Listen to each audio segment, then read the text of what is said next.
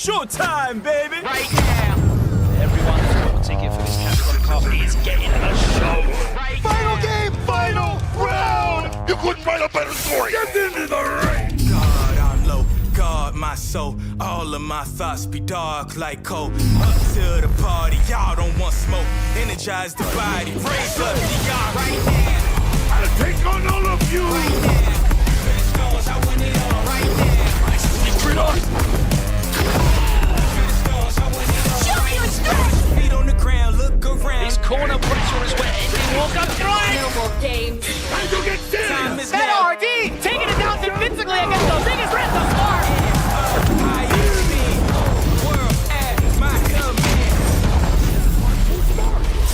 You want the base? You got the base! I'm here, sit down, show me the replay! Sit down and shut up! Wait a minute. Turn it up! I'm on fire, it's like a creative physics. It's like I was born when the outer limits. Close my eyes, all I see is digits. This how I feel when you get to the commas. That felt good, didn't it? You know, emoji going the distance! Time for the finale! I've seen a lot of fights in my day, but nothing even comes close to this. Wrap this up! Au revoir. Meaningless effort!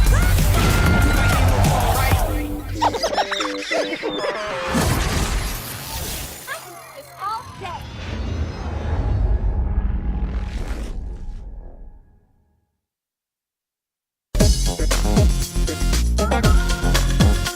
Simple and clean. Showtime, baby! Welcome to Sets. This will be a good fight. All right, another week and another episode here on twitch.tv/CatConfires. You know the drill. Ladies and gentlemen, it is time for another episode of Sets, where we bring two players into the ring to have a good old 1st to 10 exchanging blows, and we get to exchange opinions and have a nice conversation with a pre-match interview and a post-match interview as well, all here every Monday. Of course, I'll be your host once again tonight, Jammerz. It's been a little while since I've had the regular duo, my co-hosts. Now they've returned. The stars have aligned. We're back in the new year, and we're going to roll over to them right now. We should be getting them here. Introduce it. Yes, they're back. Well met. They haven't got different names. They haven't got different voices.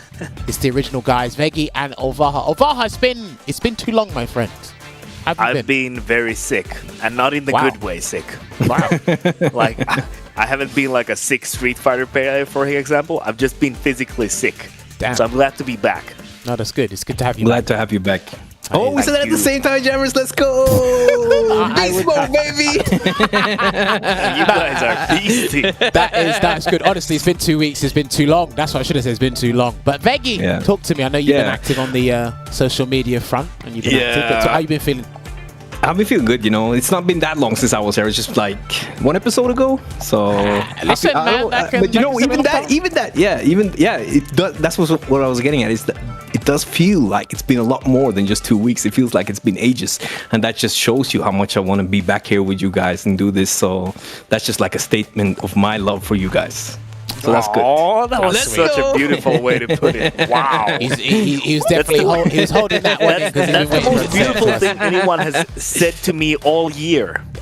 It's not Nice that. try. Yeah, It's been 14 days, mate. Like Maybe 14. last year. Maybe they did it last year. It's still valid. Let's look. Just keep in mind, Valentine's Day is in a month's time, so save that message for him when it's yeah, in a month's true. time. Anyway, all right, ladies Write and that gentlemen, down. we got to get the ball rolling because we've got another juicy one here for you. We had a special last week, but now we're back with the regular fight card. Richard, roll the fight card.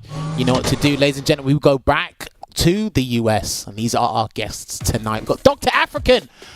Or in certain parts of the world, he might be a certain character that got announced for something the other day. Who knows? And then he'll be, of course, joined with DrDannyPham. It's been a little while since we've had these. These two are returning guests, but hey, they have opinions, and we can have a nice chat with them as well. So they actually are with us, and they'll be joining us momentarily as well. I'll let you know when they do so, because, boy, have I got a few questions. I'm sure Veggey's got a few questions to ask as well. Spoiler alert, there may be a fitness conversation that I might sit out on this one. I know he's the smallest one in this room, and I can tell you it's not our guests. Anyway, Veggey, because you had a big hand in pulling these guys to the show. So, What do you think about this one? Big bodies? I mean, we heard that they actually played each other a lot since Street Fighter 5 days, and I know they play each other a lot in this game. And how cool is it to see two character specialists or two people very good with their characters? I don't really know if DoctaAfrikan is a specialist with Marisa or just plays Marisa and other characters, but I know DrDannyPham is a specialist. And if they already play the set a lot, if there's one place you want to learn like the intricacies of a matchup, it will be between those two players. So both as a spectator, as a Zangief player, and commentator on sets, I'm excited for like all the aspects, to get the knowledge, to get hype, and to see how this matchup can be played when you have really dug into it. So this is really exciting for me. Sweet. Olvaha, talk to me. Big bodies, Marisa, Zangief. Haven't you been playing Zangief recently? Yeah, actually, a fun fact, I've played both Marisa and Geef to master like in the recent month. Look at him. So I really like that we're having these specific characters, because I've tested both of these characters very extensively, and I'm kind of leaning myself towards being a Marisa player right now. I'm really enjoying playing her. Okay. So I'm really looking forward to like learning new stuff about both characters, but also like learning about the matchup specifically. Also, I'm just like a big fan of both players because we kind of share a lot of things in free time and spare time, you know, and the whole mindset I can see that around everything. So I'm just looking forward to the whole evening. Yeah, and it's also great to be back. That's good. In general. Indeed. Great to have you back. But you know what? Speaking of which, because we can actually get these guys in the chat with us now, that'll be actually good. So we can get this ball rolling, because that's exactly what we do here. So what we are going to do is we can get straight talking to these guys, get this little Q&A, nice little conversation about Street Fighter rolling before we get into the first to 10 here. So let me find out, have I got DoctaAfrikan and DrDannyPham on the line? Talk to me, boys. Hello. You're here. Yes, perfect. All right, so first of all, gentlemen, thank you so much for taking time out of your day to join us, and it's great to have you back on the show, because I believe you both were on for 2 different episodes. That was right. Yeah. Danny, you went up against Sevilla, I think it was, and African, you went up against, I think it was Jack. Was it Jack? Yeah. There we go. Perfect. Well, it's a new game. It's a new era, which breeds new discussion. So my first question is, because I know Veggey's got a really good question. I want to start off with this. DoctaAfrikan, are you still using a hitbox when playing Street Fighter 6? Is that right? That is correct, yeah. Using the hitbox. Cheater. Wow. Okay. See, I know you were a troublemaker in high school. Someone else going, cheater! Cheater, dude. Anyway, right. Does a hitbox have a significant advantage in Street Fighter 6, or does it not really matter about the peripheral using this? Tell him, cheater. Wow. Well, yeah. It's not as obvious in Street Fighter 6 as it was in Street Fighter 5, mostly because of the movement of Street Fighter 5 and dashes, how prominent dashes were. Okay. But if you start looking at the more precise things like blocking on time, you know, getting hit by low forward drive rush is detrimental. So like I think I block a lot more of those than I would if I wasn't on the hitbox. But also the neutral SOCD, down up neutral SOCD actually gives you a lot of advantages. So like for Mirror's, I get stuff like instant Gladius, instant Superman punches with no telegraph. So it's pretty sick. Oh, okay. So then my follow-up question to that is, because a lot of people have, you know, given themselves one button parries, maybe one button drive rush, one button drive impact for sure. Does that play a huge part, or does it not really matter how much you try to customize your controller? If you get hit by something, you get hit by something. I mean, that depends. Kawano just won CPT in Japan with no extra buttons. He just uses the default layout, which kind of says a lot. So I don't know if I'd say it's a deal breaker, but it does matter. I mean, everyone has tried to parry before if you're using the combination and just get smacked in the face because you blinked it, and that's one of the worst feelings in the world. So I do think it does help if if you want to take it one step further. It's not really a deal breaker though. But you guys may not know this, but I currently work for Hitbox, and then there's like the button extension that we're releasing pretty soon just for that reason, because so many people want the extra button. But I don't necessarily think it's necessary, but it does help. Yeah. So let me ask this then: did you guys these additional buttons you're implementing into the hitbox? Is this something that's been? Did you guys foresee this being a thing, where it's like, right, okay, maybe people need extra buttons, not just for Street Fighter, but for fighting games in general, or where people just like, you know what? I wish Hitbox had this button. I didn't have to like go around the world to find a button, drill a hole in, and do whatever. Is this something you guys anticipated, or is it something that's been like not anticipated at all? No. Okay. I mean, us here at the office, we're all gamers, so we're like, yeah, you know what? I want an extra button, so we made one. Okay, no, That's pretty much listen, what happened, that's just a classic game recognizes game. If I'm suffering, let's just try and anticipate a problem and try and find the solution before it even goes to the masses. No, I thoroughly respect that. Now, can I just add on to, because I wonder, because you already have kind of 2 extra buttons, right? Or in every stick you have like the one light, medium, heavy, and then the 2 buttons you can do whatever macros, you wish with. So I really don't understand what you would need more than the parry and the drive impact macro on these 2 buttons. So people are now doing like other things with extra buttons. I always thought people were just adding, like changing the position of the button to have it more accessible. I think I'm out of the loop maybe on this. No, it's a little bit of that for sure. I think it's some people are changing positions. Some people are straight up just adding more things. So for example, when I started Marissa, I was playing Modern. So where to put the assist button was really tough for me to decide because I always intended to play Modern and Classic long term. So I don't want to cross wires while I'm playing the same character.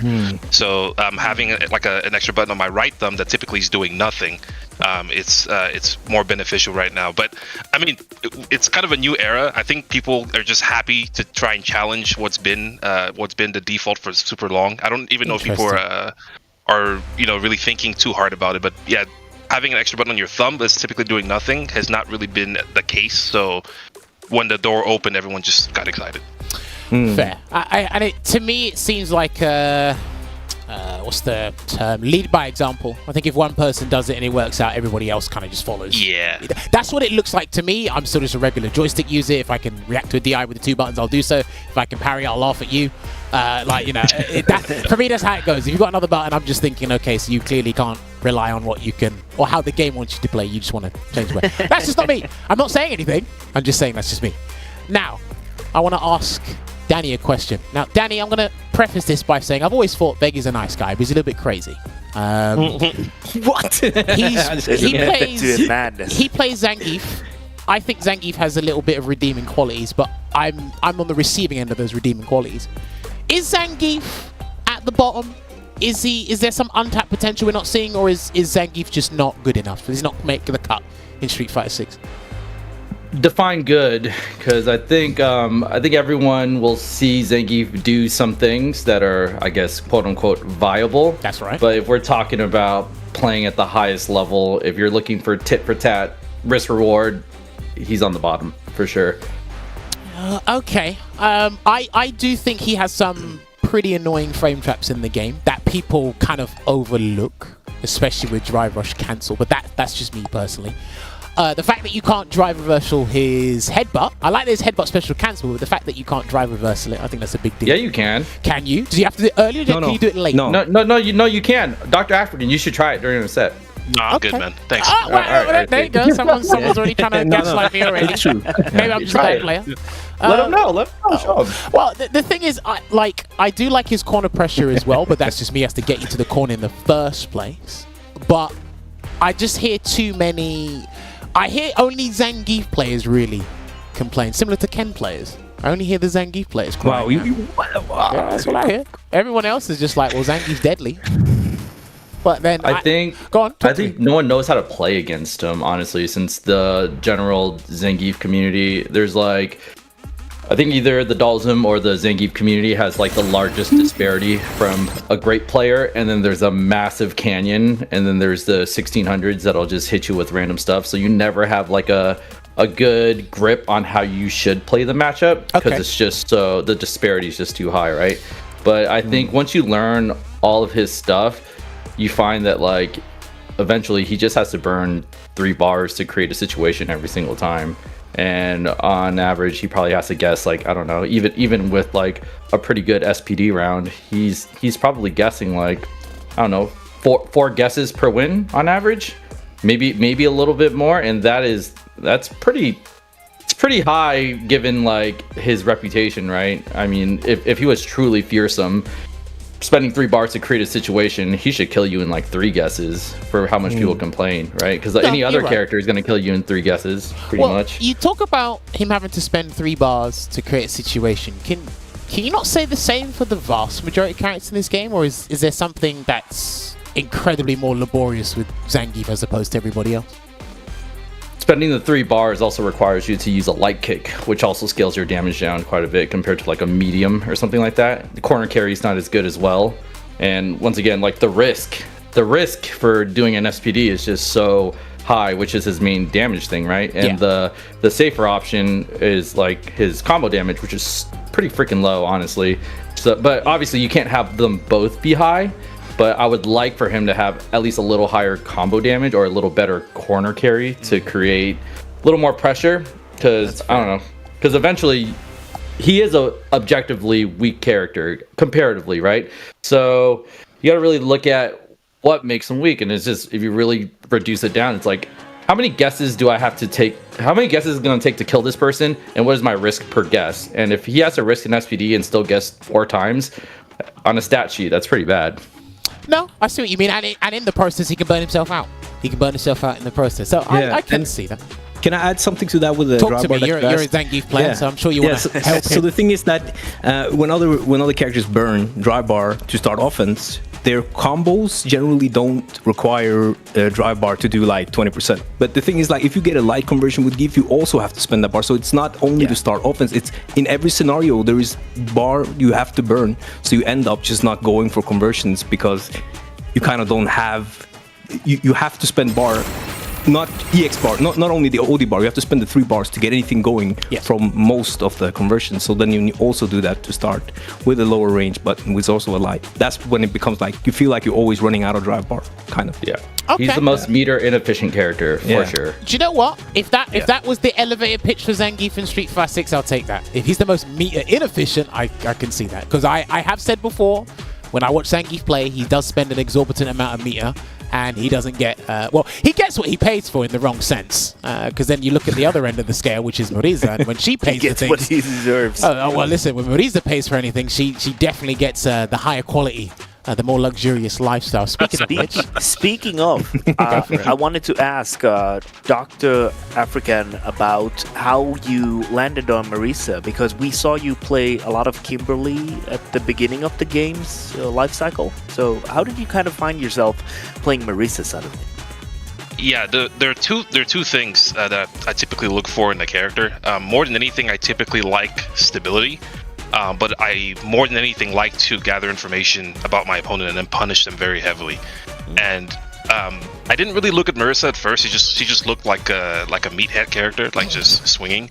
But I do to some extent. I do to some extent like the ignorance, right? I do like ignorance. I'm a fan. But I didn't really see anything that attracted me until I was watching Big Bird play against Kakeru, that specific match actually, and I just watched JP get dismantled, right? And it was just forcing him to make decisions over and over again. I was like, whoa.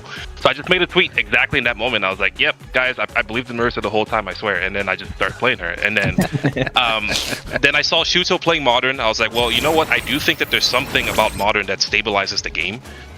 Because, you know, with all the drive impacts we're all getting hit by in the early stages and all the unstable things that would happen with the jumps. So Modern Marisa was kind of like my default. And then long term, the meta shifted to where everyone's just mashing parry now. So punishing with that command grab, I really need that damage. So I'm still juggling in between the two. I don't know which one I'm gonna decide to play long term as my primary. But Marisa just punishes.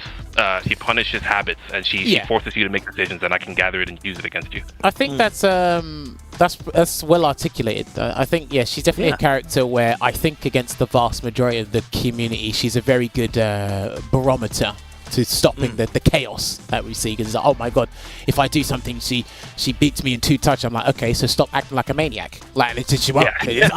That's probably the reason why I gravitated towards her as well, because I feel like I'm in control most of the situation.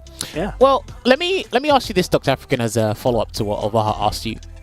A few people, I kind of put myself in this bracket. They kind of have an issue where they can't find their style in the game, so they need to find something else that works. And it seems that you had this thing where it's like, okay, I watch someone else play and then I'm inspired because of what it does. And like you said, Moriza is very good at getting information. The information I need out of the opponent.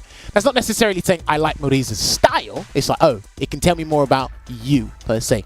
Do you think a lot of people have this issue with Street Fighter 6 of trying to find a character that works for them? Because the game's trying to try something completely new with the drive system and introducing new characters as well, Moriza being one of them? Or do you think people are just stuck in their ways once they find one character from a previous game, they just want that character to return as much as possible?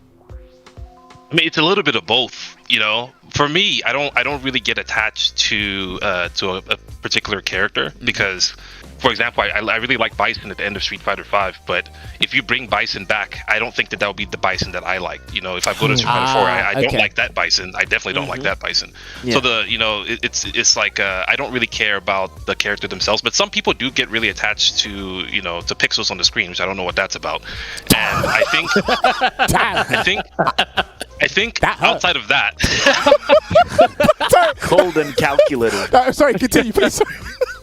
I think outside of that, for me, I do see people who struggle to get out of their old ways just because it is what it is, right? You learn to play a game a certain way, and adapting is part of being a fighting game player. If you're gonna jump from game to game and iteration to iteration, so it's a multi-factor. But I think it can also be a process, and it shouldn't really be rushed. The more you know about yourself, the easier it is for you to find your character. So, see, when he said, I don't know why people adore the pixels on the screen, that's more of a psychological thing, but we could talk about psychology another time.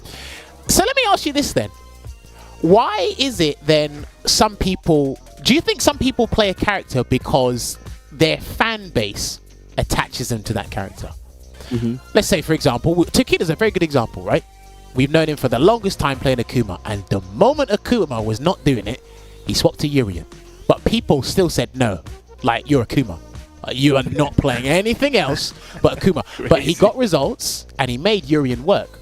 But people never regard him as a Urien player. Do you feel sometimes players are put into that box? Where it's like, right, you are an Akuma player to me, or Mr. Crimson. Mr. Crimson, another good example, right? It's like, no, Mr. Crimson, you cannot play anybody else but Dhalsim. If you play anybody else, I'm no longer a fan. So do you think that's unfair on the players? It depends, especially when you're like a hero of a character or the best with your character. Like what Danny was saying earlier, because there are not that many Geef players that are playing at a high level, how else who am I supposed to attach Zangief to, outside of Snake Eyes? And I think, when I think about Ken, it's just an ocean of players that come to mind. But so you can very easily switch from Ken because there's someone else to take your place. But if you're Tokido and Akuma, I don't see anyone else replacing him. So it's really hard to let that go. No, that was definitely a deep question, or a deep answer there as well. Yeah. Speaking of ocean of Kens, because I like this. I like asking people this question. We spoke about it before for people who don't know. But let me ask you this. I'll ask this to both of you, and I'll get DoctaAfrikan to answer it first. Do you think with some characters in fighting games, and we'll use Ken as the example, do you think popularity trumps performance? So what I mean by that is, do you think because of how incredibly popular Ken is, we should put him higher up on the tier list? Or do you think we should base it off of performance and the individual strengths of the character? That's a toughie. You could be real with me. I do think the sample size is gigantic, and if you want to look at the percentage of Ken players that are doing well, that'd be the most straightforward way to handle it compared to the percentage of characters that are not doing well. Like other characters, how many characters are doing well? How many players are doing well with Zangief, right? Compared to the sample size. That's the only answer I can give you. I do think that a lot of people touch Ken and they start doing well. And I don't. That's all I can really say on that one. Midas touch. Ken's just got that touch, somehow, some way. Midas touch. Danny, what about you? Do you think Ken being a good example of a popularity trumping performance, that we should have Ken on the higher end of our tier list for Street Fighter 6? I think it's a mix of both, but a majority popularity I think matters more. Because I think if you're looking at just results-based sample size, if you're using Capcom Cup entrants, I think there's how many JPs? Less than 4, a lot of other characters. Does that make him not number one? It's just no, he's still probably the best character in the game, at bare minimum top 2, right? So I think when you use results too much, you're also relying on individual human error and who's playing hot that day. But when you're looking at popularity, it's such a more broad sample size to pull from. And it's kind of more we can speak in generalities in that sense. So it's just easier to understand. It's like, okay, well, if there's 1,000 Ken players, clearly there's something good about the character. No matter how stylistic you make him, there must be something he's doing right. Where everyone picks I don't know. I heard he's bad. I heard as well through the grapevine. I heard there's a certain someone who's been making his waves in certain parts of Asia and, paying people to... Dude, he is unhinged. Did you see his video with, I think the most recent one? He tried to finesse the 7 slot. He's like, seven. Listen, He's don't like, worry. I promise you, I'll give credit to Phenom because he's learned over the past couple of years how to farm engagement, and he's done incredibly well these past couple of weeks. I will give him that. Funny. That's what He's I'll give him entertaining. Speaking of which, He's when we really talk funny. about top-rated characters, I love asking this because somebody might surprise me, but you might not. DoctaAfrikan, your top 5 characters in Street Fighter 6 at the moment. Talk to me. It's hard for me because I don't think it's that hard, but go on. Well, no. The reason I say so, for me, the top 3, I will always put Ken at number 1 in my opinion. I don't see how he's not. I do think JP is right behind him or on par with him. And then Luke, I would say, is up there. I'm unsure about Chun-Li because that character is still not unlocked, which scares me. I don't know how high she's gonna go, but I do think she's top 5 at the moment. Okay. And DJ, I think, is up there. Yeah, but once you name those ones, it gets kind of weird because we're splitting hairs, like Danny said earlier. Like I don't really know if the other ones are top 5. I would say they're top 5 contenders. That's the best way I can label them. But at the moment, those are the ones that I would say are the most clear and obvious. I'll give you that one. You swerved me with a company answer. Let me ask you this then. Right, why do you think Ken is undisputed number 1? Let me ask you that then. The only reason that I think I'll put him above the rest is his back throw. I think as long as he has that back throw where it threatens you from pretty much mid-screen, it puts him a little bit above Luke. All right, let me argue this then. Because they're basically the same character otherwise. No, you're right. And Idom was onto something in terms of their philosophy as well. You have a couple of characters that double up on the same philosophy. I will say with JP, he's got everything he needs and then some. I don't think he needs his command grab. He's got it. I don't think he needs his air throw. He's got it. You've only mentioned one thing about Ken, which is back throw. I get it. Legacy. I'm just a backup dancer here. Don't shoot the messenger. Everyone just says legacy. That's it. With that air throw JP has, if he does it in the corner when you try to bait amnesia, it sideswipes you. He puts you in the corner now. The command grab, well, we saw what Flux Waves did to Kami over the weekend. It catches everyone and it does a lot of damage, especially on punish counter. And even if you remove those 2 grabs, he's still good. So I agree. I think they should just take JP's cane away. They just take the cane away. He shouldn't have it. I was gonna say that I don't think he needs that for walking, actually. Listen, I'm glad you brought that up because you never see OD swipe either. Never ever see it. He's got moves that he doesn't need or you don't see. So that's why he's my undisputed number 1. That's me personally. Now, that's fair. Yep. Danny, your top 5, and please do not be the top 5 characters that beat Geef. Oh, that's everybody. So made the cut. Yeah, so the top 3 is ordered. I think it's JP, Luke, and DJ. And then the 4 or 5 slots interchangeable, Ken, Chun. And then the closer you are to the 5th slot, you can probably interchange that too. So if you're the 5th slot, maybe you can throw in a Guile instead of a Chun, a Guile instead of a Ken. But the top 3, in my opinion, is solidified at JP, Luke, and DJ as of now. And I know Chris T gets a lot of crap for the take. He's said maybe saying Ken's 9. I wouldn't say he's 9, but I will say Ken did come from like an undisputed top 2 or so. And I do think like with the discovery of Chun and DJ in Asia and stuff being a little more ignorant of a character and they just bypass so many things, I think they have risen up a little bit. But yeah, I still think Ken's in the top 5 for sure. I mean, I remember in the beta days, people said Ken's buttons were bad. Then obviously he went from best in the game to number 2 to number 3 to number 4 to number 5 to number 6. Yeah. And I said, we've gone from number 1 to number 6 very quickly. I said, I don't know how we managed that, but Stocks are dropping. Let me ask DoctaAfrikan this before we go to break real quick. Where do you put Guile? You didn't mention Guile at all. I think Guile is contender as well. Yeah, like he could be very easily be number 5 or 4. It's hard to say because they're just so strong, and my feelings can change on a rank session. It really just depends.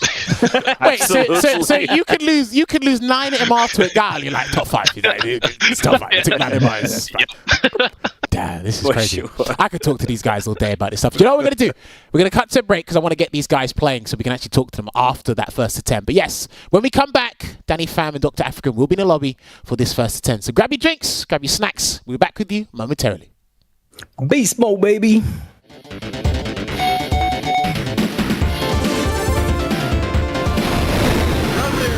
Round 1, fight!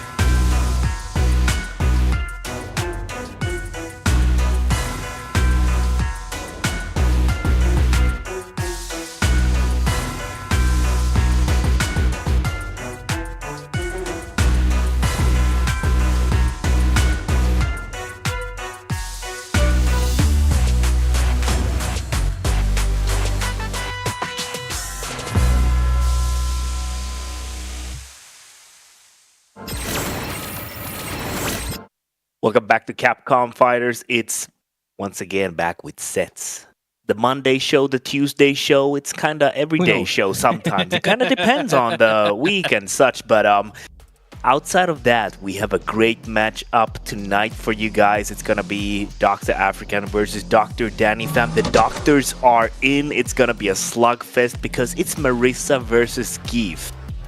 I love both these characters. Yeah, I really like watching this match because it can be very slow, it can be very fast, but I think at this level it will be very slow, and it's gonna be cool, as I spoke about earlier, to see how, from my perspective, to see how DannyPham deals with the various things Marisa does.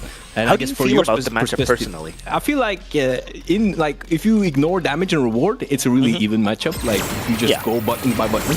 But since the reward is so much higher on one side, I personally find it to be harder on Geef's end. But you know, you always have bias, so I don't want to say that's the way it is. Just the way it feels. But if we just ignore like reward and just think about the buttons game itself, that it feels very even, and it's an incredibly fun matchup to play, regardless of like who comes on top. Well, who do you think has the better physique? I don't know. I really like Geef's design in this game. He has like he has a bit more. He looks a bit more like a Wrestly? A bit more like a, what's it called? Strongman? Strongman. Yeah, I really like that. I really like that upgrade. But he's straight out of the office hours. He's getting into it right now. Imagine that if Zangief actually works in an office today. Dude, he takes so much space in an open office. Yeah. So what you'll see here is like Geef can sweep with punish a lot of the heavy stuff that Marisa does, and when Marisa realizes that, she can use these tools that are counterable to get in. So it will always be a game around that, and because you have to be really on point, spacing together with punishes. Nice. That was a great one from Danny. I think the names are on wrong side, so it almost looked like he tried to whiff punish there. As they say that Gladius is plus on whiff. Sometimes it's true, sometimes it's not true. All right, Veggey, who wins this matchup? Tell me the truth. I think because of the reward, Marisa wins it, but in neutral, it's an even matchup, like button for button, but the reward is higher on one side. So that's the thing what does Zangief do against Gladius? Does he wait to charge? There you go. Does he wait to charge his own stand fierce, or no? Does because he do... you will get hit by the hold, right? Nice. What you can do is if you space yourself just out of the release, then you get to sweep. As long as you're in range for the body, you can whip punish with sweep, but it's not something you can do all the time. It's something you have to do sometimes. Okay. Right? So, well, I do think Zangief sweeps one of his best tools, to be honest. But I get it. Like sweeps are pretty powerful in this game anyway, because of what they do. Yeah. But like, it's not a full combo. It's just a hard knockdown for it gets. It's not like a. It's interesting how he's walking up with a stand like kick, so it should beat the Gladius on startup, right? So that's a really good tool as well, since the hitbox is so low that it beats it as if it was a low. So that's a really good tool. Dangerously close to the corner right now. Oh, guess what game? Oh, he's absolutely taking advantage of the fear of the corner crumple. I think he thought that's gonna work. You can see him buffering, you can see him pumping, and that is definitely a dead Marisa. That was a great comeback. I think you could see the fear in DoctaAfrikan when that level 3 was there. He jumped back, and DannyPham actually dashed up. So yeah, I thought he did. I thought he did a dash forward and then tried to force African to jump so he could catch it with an airborne dynamite. I thought that's what he was going to do, but I don't think so. Great corner carry from DoctaAfrikan there. And again, using that standing light kick, spacing it correctly, just to get space, reward, everything. Yeah, see, I'm watching the accurate spacing outside of the Gladius range there, but again, being ready to catch it. Crouching medium kick looks like it will work, but it's like that's like tickle damage. That's gonna burn him out. Back to the corner we go. Yeah, and it's dangerous because if you go for a whip punish against Marisa and she presses like a buffer crouch medium punch or something like that after, you're definitely in the corner and might end up dying. Is he going to be ready? That was so good. Yeah, with the mental stack, is he looking for a drive impact now? Where is the drive impact coming? Let me just go in and command throw, because he's definitely going to be sitting there trying to snuff out that drive impact. That was a great decision. Here's the thing, right? With these two characters, I can safely say it's like Enfold from Marisa. That's actually nice sweep punish there. Yeah, Enfold from Marisa is probably way more rewarding than the SPDs from Zangief. Yeah, he's finding the spacing now. You can see when the spacing is there, the reward is so good and it's dangerous. Oh, we used the wrong word. Okay. I see what you mean, Veggey. I do think that's a consistent answer, by the way, the sweep. If you're in range for the body hurt box, because there's no extended hurt box. Nice whip punish on Doctor, though. Oh, unfortunate. Unfortunate for DrDannyPham there. Gets the position in the corner as well. Oh, the Hail Mary low. And the delay heavy kick though, that was really good. Now it is DoctaAfrikan that's burnt out. Dangerous Yeah. whiff. That could be interesting in the long run. That's no Nice. stun though. Wow, yeah, just about. That's no stun. Finds the hit now though. Level 2. Will build bar for the full. This combo. is a Yes, will slugfest. build bar for the full combo, but doesn't even need it. Can That just was do sick. heavy kick into the EX. Would You could have what's it? Siberian Express. Would that not have worked? EX Siberian Express. Would that not have done to close out the round there? I'm glad that he spent all the resources to get the No, round. but- I don't think so. With the Marissa's life and the scaling after the punish counter driving back. Maybe, but yeah, I think at least to get the big damage, you could have tried maybe neutral jump heavy punch into level 1, but I think level 2 was the right call. yeah, of course. Yeah. Remember, I'm just a guy that watches Zangief. I don't. Yeah. Nice. That's all right. That was a really good. Yeah. Just keeping that drive bar. Trying to build it back. Suddenly I like the slows down. constant micro adjustment for both players.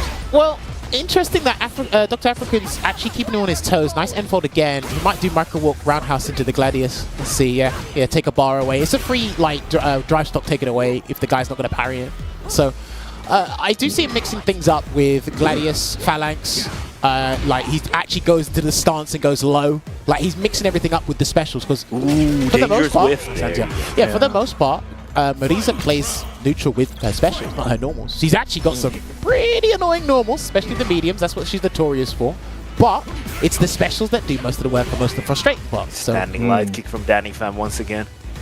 Yeah, it's really working out because kind of instead of always having to walk.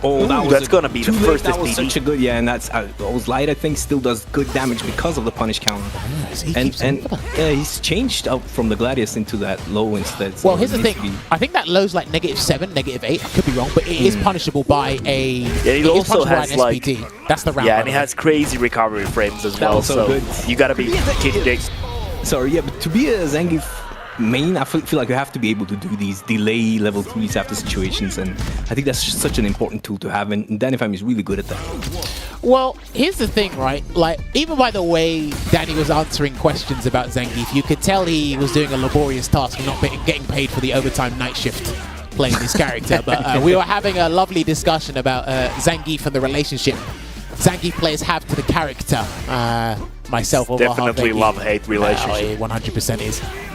Nice lariat conversion there. Back throw. Yeah, that was Minix there, I guess, but finds the lucky back throw afterwards. So stays alive. We saw African answer the walk-up stand like it with the EX Gladius, and that seemed to work, so they're all the time just like adapting to each other, trying to find that next answer, and there's Nice whip punish once again, yeah. And this is it, right? He gets the knockdown, he gets the extra frame advantage to get the guess, but it's still a guess. Like, African can backdash, you can try and challenge, so on and so forth. Nice, perfect parry. Nice parry, SPD yeah. again. You gotta be careful about not kind of flowcharting your way through those blocks. That's the round. Wow. Can the bear grab do it? No. He's gonna go. Yeah, he's gonna go for the same combo he did last time. This should do the trick. Making sure. Yeah, he might have to splurge everything this though. Is enough. Yes. Yeah, he does. But yeah, at the he same has time, to. You'll get back. And he'll build. If you look at the super meter, that is a really good ender because you build like 30% in that combo with the kill. Remember, so it's a really good decision. Remember that grabs or ending rounds with grabs is actually really good. We see. I see Itzan do it with Marisa a lot. Like, he'll stun the opponent, he'll do EX Phalanx for the wall bounce, then do command grab as it combos and it builds in the bar. Because that's minus the punish counter effect, so. You can see how, that's it. Yeah. Oh, not quite. You can see how hard it is to actually punish the uncharged Gladius. And that's why people say, a lot of times they say that a whiff Gladius is plus on block. Because it's so hard to whiff punish. Obviously, when you charge it, it becomes easy. Good answer. Nah, that whiff punish from Marisa is like one of the best in the game. I think it's so good because the hurt box isn't really extended there either, so you need to have a normal that reaches your body to whiff punish it or to walk forward to get that whiff punish going right. Back to the corner, baby. What a big safe. reward for the big girl. Ah, that looks like a meaty DI setup. Yeah, that whiff, that Demon was Canis, nice. that looks like a meaty DI. Interesting. And he did something similar into the back heavy punch in the first game, right? So. Okay. Well, here's the thing. I still think Marisa might be the best or one of the best at like consuming drive stocks from the opponent. Because she's got forward heavy kick into Gladius, that takes away a stock. She's got a string with the Magna Bunker, the back fierce, that leads into nearly 2 stocks taken away from you. Right? Punish counter, command grab, 1 stock. I think she's very good at stealing what's not hers. Absolutely. Oh, he She's decided really to spend good it. at bringing the ball back into your court. Yes. That isn't really like Zangief feeling. You kind of decide to spend it all because you know you have 3 more guesses. The crouch medium punch, the down forward medium punch after the standing leg kick, and it worked out. It's time for DrDannyPham. Definitely wanted to end that round. I stand fierce. He will have to change up his answers to Gladius, but then again, African will have to switch up his. Yeah, he'll have to switch up his Yeah, tactic that as well. Gladius just beats it outright. You can really see that was a great neutral jump shimmy. Mamma and mia. It hurts in the safe jump. Not even taking the safe jump, another command throw. I because feel like risk the reward is so mental good, stack you is kinda so have to- in Marissa's favor that she can just go to those command grabs more freely compared to Zangief in this Oh, matchup. listen, I've always said this. Kami's the best grappler in the game, and closely followed is Marisa. Nowhere in that sentence did I say Zangief. Yeah, absolutely. Nice He's juggle. not wrestling it. Nice. Yeah, He's not wrestling as much as the others. He's had those happen quite a few times. Burned out again though, but has level 3, so it's not Level too Oh, he got him. Yeah, he got That's him. gonna hit! Oh, what? I thought I was pretty certain that was going to hit, but it didn't. And it's going to be big Same. damage. That's going to be level 3. And this is going to add salt to Dude. injury. Oh, he's done. Mate, spoiler alert. I didn't want to tell you the next He's gonna get episode, crumpled in the but he's corner. dead. There's a Nah, guaranteed he's done. setup for He's this. finished. Let's see. There No, he's you done. go, He's finished. baby. Lights out. Oh, man. Look, I'm just going to tell you From right every to left, time, by the way. every time we're on commentary, I'm just going to tell you, spoiler alert, he's done. Yeah. I'm just going to tell you. I don't think I've ever seen Backdash beat level 3.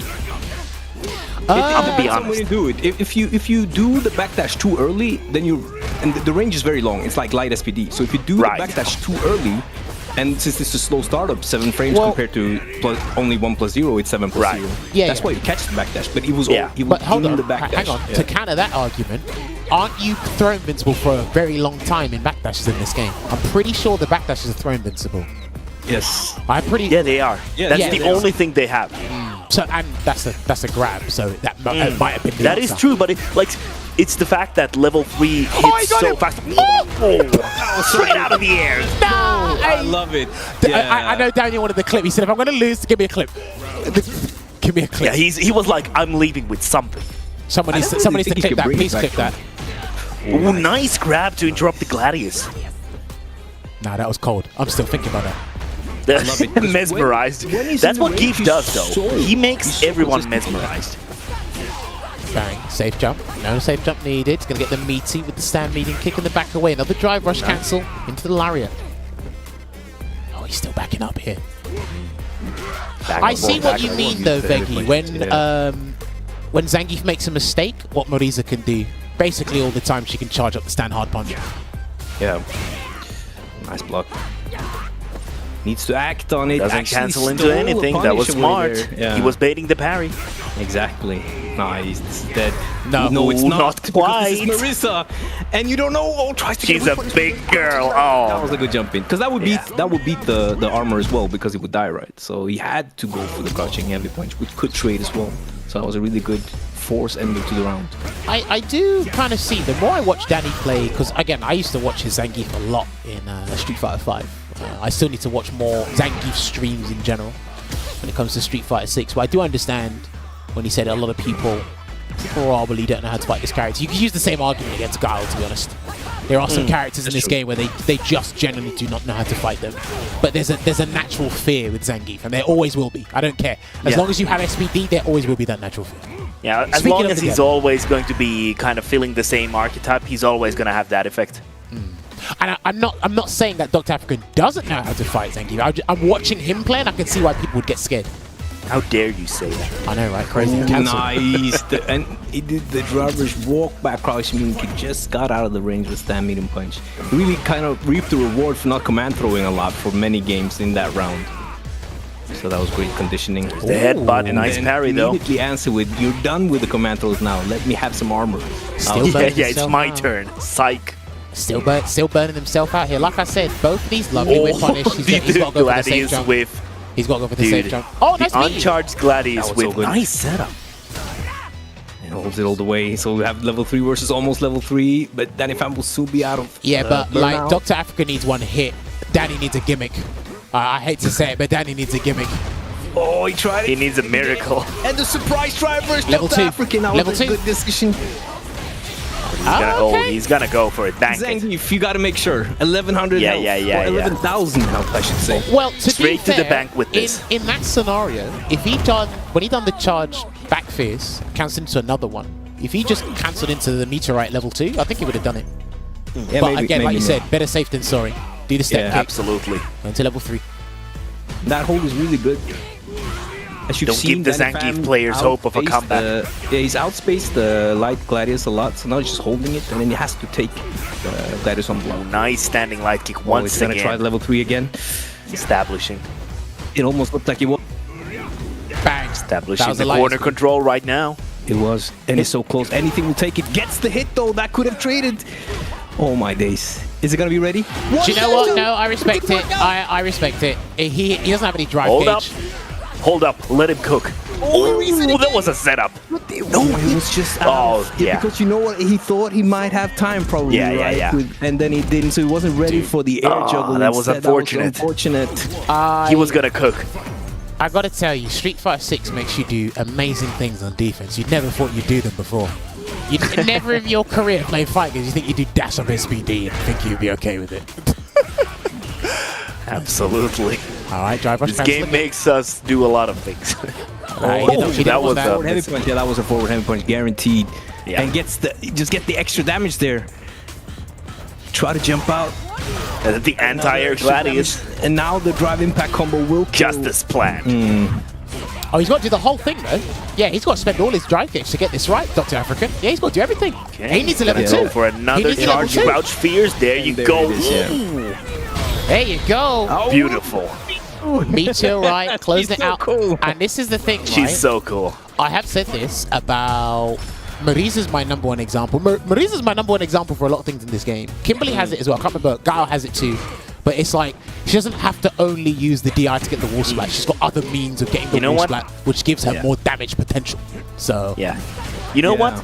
You say that she's your number one example, but for me, she's my number one. haha. That was big. I will give you that. That was a great wake up. Keeping it close. And sometimes you got to do that. I hate it when Veggey does it to me, but sometimes you got to do that as a good player. I hate when he does it to me.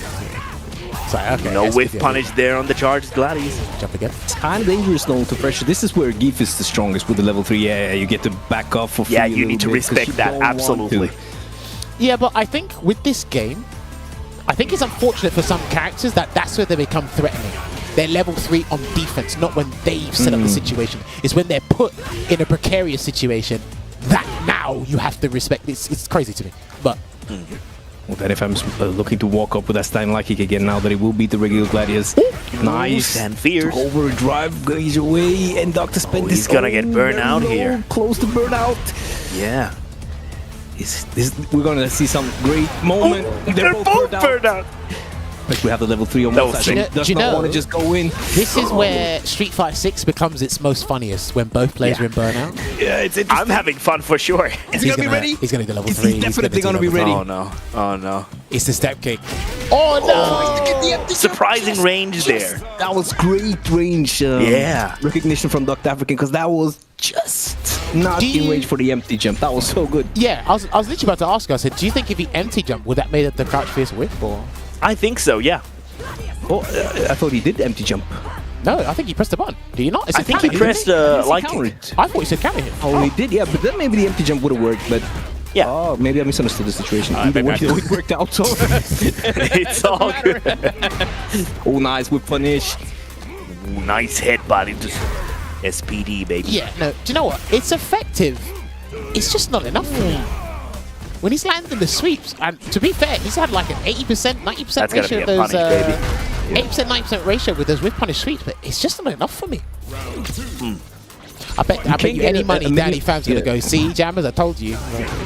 Nice. Gets the whip punish on the full charge as well, which is, if you're out of range, you have more time, but it's kind of hard to realize if you're in that spacing. Nice backdash from DoctaAfrikan. Nice Another whiff punish. Yeah, that roundhouse has some decent works recovery himself out. there. Yeah. Nice work. He gets Will the you do combo safe there. jump That's setup? Crouch jab, stand heavy, crouch like he jump. Oh, he missed something. Uh-oh, he might have lost. Uh-oh, this might Yeah. change everything. No, he's When he going took for that it extra early. hit again, yeah, that's He the went thing. for Yeah, it he's banking on it early. Yeah. Do you, That's do you know why definitely not gonna be do you know enough. why I don't agree with that? It's because Zangief's not a real threat with his supers until level 2. He might have been worried about the stand hard punch armor, maybe. Ooh, it's the dash up. I love it. Just needs the one hit. This is gonna be interesting. Actually, I love it when the Marissas, when they can smell blood, you can see the ritual war and crouch medium kick is so much better. So they start Yeah. using it. It's really Definitely it's a great smelled the thing. blood Yeah. there. It's the same with Gift though. When they're close to kill, the ritual war and using those buttons is so much better. Yeah, crouching medium kick, for example, for him as well. He's got, yes! Wow. Almighty! That was worthy This of is the dangerous burnout. though. That And was that's worthy of safe. the burnout. Is he gonna be almighty till the end of the round? Let's find out. This is gonna be interesting. And he finds. As I died in your arms I really tonight. like it. Yeah. Okay. I like that this is being kept Very back and relatively forth. close. Dude, this is beautiful. This is I do beautiful. see, again, like, do not, let's, DrDannyPham's probably going to say, don't misunderstand playability with the trials and This is tribulations all because of I'm godlike. Zangief. But this is all the reward from one whiff punish now on Marissas, and that was a great whiff punish by the way. Oh from wow, look at DoctaAfrikan. this. And Yeah, it's but all Completely different tone this round. round. Oh my days! Look, that was so good. That was when you talk Steamrolled. when you talk about the whiff punishing, that's one aspect of a match. I understand that could be a big aspect depending on who you're fighting or what characters are on the screen, but it's still only one aspect. And it's actually not the defining aspect in Street Fighter anymore, unfortunately. So, alright. That was a great nice conversion. combo here. Ooh, straight that into was the whip. intentional. There you go, the That was setup once intentional. again. Is that That double? is dirty. That's so dirty. That's done. I'm gonna copy that. Thank you. That's so done. Yeah. I think that did he invent that himself? I haven't seen that others do. I haven't seen. I Mauricio haven't do seen that either. That's the first for me. That was very, very, yeah. But it's to be Yeah. expected. Someone like Yeah, DoctaAfrikan to someone make his cooked own here. setups and his own stuff. So. Oh, that Oh, was that's gonna great hurt. though. Yeah, So, do that's you know when she charges that hard punch, it actually takes off just over a bar of dry stop, where most heavies Oh, only that take you away know. one. Watch it. Go when you're on the game next. Do a punish kind of fully charged hard punch. Watch how much drive gauge it takes. It takes more than one bar. Oh, Wow, that backdash was really with OD. the heavy. Oh, nice. Gets the anti-air. What's it gonna be? Finds the low. Nice. It was really fast. Yes, it was really fast. He's turning off the I just heard from the production team they might change the standard to first to 3 instead of first to 2. It's crazy. It's crazy. I don't know, talking about changing a standard in tournament play or something like that. I don't know. Anyway, But is it only when Marissa is on screen, Yeah, or yeah, is it like universally? Is it just an exception for her? nice sweet. Oh, nice. Yeah, because you have to do that sometimes as well. Nice with a double No, forehand but punch. I've seen a lot of high level geefs, including yourself, Veggey, do this. It sweeps just Random it's sweeps, just yeah, a yeah. part You have of to the do it, toolset yeah. you have to use. Yeah. Because if It's you make really- them crouch block, it's easier to space everything else. So it's a win in itself if they start crouch blocking.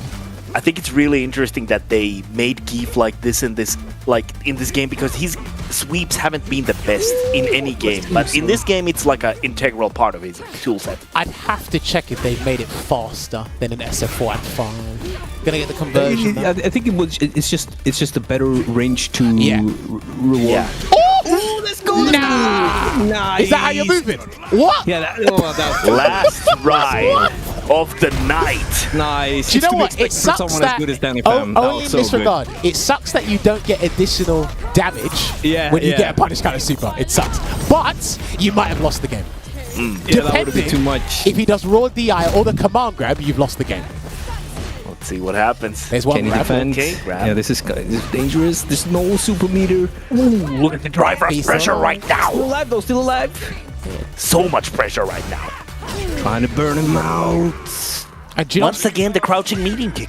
Yeah, and with the risk reward just changes. You see a lot more crouching medium kicks from non-cancelable crouching medium kicks that aren't that good from characters like Marissa and Zangief when they get close to killing because suddenly there is a huge reward. End of the round, right? Well, here's the thing, Same with right? you. Look what DoctaAfrikan was willing to do and willing to give up just to put DrDannyPham in that situation, right? He done the Yeah, roundhouse, such a cancelled meaty it, headbutt. charge back fierce, cancelled it. Like, he put him in a really tight block screen. look at this round right now. Textbook give pressure right now in the corner. And he was also very deliberate with the crouching medium. It's they kind of turn up speed at they change turning up the speed. Yeah, they change the tempo. Yeah. He's not getting those drive reversals. It's happened quite a few times now. I mean, I did. Well, I said you can't drive reversal forward. No, I mean the stand like no, you can't. You're right. This is not. No, this is not it. Yeah, not it because you don't have. Never mind. Veggey! I thought you played this character. Yeah, I don't know. Veggey's on 2 occasions. Veggey said, "No, this is not gonna." Oh, is this some kind of a new year, new me kind of resolution? I'm gonna be wrong about my character in the new year. Crazy. Don't worry, it's fine. I make a lot of mistakes. Trust me, I make a lot of mistakes. Absolutely. Veggey's gonna go away. He's gonna double check Sanky. I heard the sigh. I heard the sigh. He said, "Do I actually play this character?" Oh, too good. Existential crisis. That's too good. Oh man. Okay. Yeah. See, do you know what? I don't know what they're gonna do in the new version of the game. What they're gonna do with characters where their level 1s are just not good on defense. Dalsum, DJ, and Zangief mainly. Yeah. Where they just kind of just got to firm something or a lot of things. It's that round anyway. All right. They're always like it's a very close set. Really good. Great to see how they're constantly evolving their decisions, going back and forth on what they're doing, and then just answering back and forth. DrDannyPham has been so good at confirming that juggle midair. I don't think that's easy at all. Oh, this is good. I know he's burnt out again, but this is good. Boom. I don't think DoctaAfrikan's going to backdash either. Yeah, he's going to hold it for now. No, I think that was the light Just versus the outside SVD. the I think sweet that was the light spot. version. Yeah, we're going to the corner with this one. No, never mind. Damn, he's got firmness again. Oh, gets the sweep. Nope. Kind of dangerous, but I understand it. No context sweep. Oh, this is huge. Game recognized game. Oh, my. I think he's... No! He could have died. Oh, yeah. Maybe, No? but Oh, just yeah. making sure that you don't spend the extra drive gauge. Oh, my goodness. I next respect. level I think he decision. was his meter assessment or his meter awareness in that scenario is pretty good because I thought he was going to combo into level 3 to get the round. Lovely with punish. Yeah. From that crouch medium punch. Is he going to spend it now? No. No. Oh, now he is. He's going to do it now. This time, surely. No. This time, surely. This time, though. Okay, There you go. Yeah. Third time's the charm. I know. Yeah. Right? Crazy. That's really cool. Give that fist a smooch. This character just flings out buttons of malicious intent and they all just work sometimes. I love it. That's why I play her. Well, no, listen. I think DoctaAfrikan gave us a valuable answer in terms of I think Mariza's good in terms of what the opponent will do because they don't like big burly characters like Big Shelly over here. Yeah, once again with Gladius plus on block. Yeah, because it's all about that spacing, right? The sweep needs to be in range of the body, her blocks, or the auto with Yeah, punish it's so will dirty. work out. It's so dirty. I love it. Yeah, it's great. Like it's just a display. This matchup is really footsie heavy. It's like a neutral matchup, and they're both displaying great Did you awareness just of tell the me neutral this game. matchup is footsie heavy? I think so. It's also damage heavy. Veggey, would you get out of your world for 2 seconds? What, you don't think so? This matchup is footsie Look at the heavy. headbutts. You don't think so? Not really, no. Guys, I think he's using his head. It's just buttons. I mean, I see. Gladius is a Mariza button, using. though, in my opinion. Well, okay. There's your hot take of the year. I think that's enough. I mean, it's like a control button, really. New year, new takes. I know. Gotta have him. Ooh. No punish. Nice. Oh, do you know what? I was about to say nice firm defense until the commander was going to come eventually. I love it. It almost looked like DrDannyPham confirmed no jump out because the command throw came a bit late. Luria! Coming in. Nice defensive decision from DoctaAfrikan and finds the Just shield outside too the far. medium punch range. Unfortunate. He's gonna get hugged. And he's in there. Once again, give me another hug. And you know what? Always He's done catching that up, without catching up. having to spend his super meter at all. Yeah. But again, it's that these characters are good at spending their drive rush on knockdown. Like they always have to do it. Well, not always have to do it, but Mariza Beautiful basically sweep. feels like she's just doing it each and every time because it just works. Zangief has to threaten you with it. He might not get like true Okia for all the knockdown situations post drive rush or post knockdown into drive rush, but he can always threaten you with something. So It's real to me. I see. Oh, yeah, that was also that perfect range where you think you get the whip punish. Beautiful spacing from DoctaAfrikan. Once again, the empty Gladius. Yes, You gotta be so careful about trying to whip punish that. That was great spacing again. It slowed down to this neutral heavy matchup. Don't you agree, Jammerz? It's such neutral. Nice.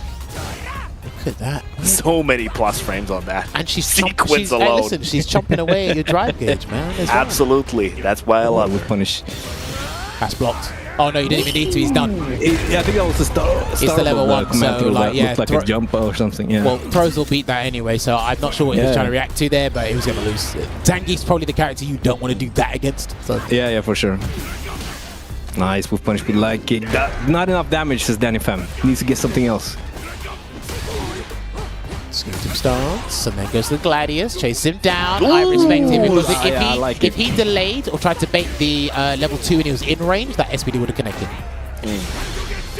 Did he jump? And that's why he backdashed. That's why he backdashed. All the meter gone. That was a good backdash. Would have beaten a throw attempt as well. Throw tech attempt. That is a terrible look on the last round, I have to say. Yeah, that was unfortunate because the DoctaAfrikan is now 2 hits away with that.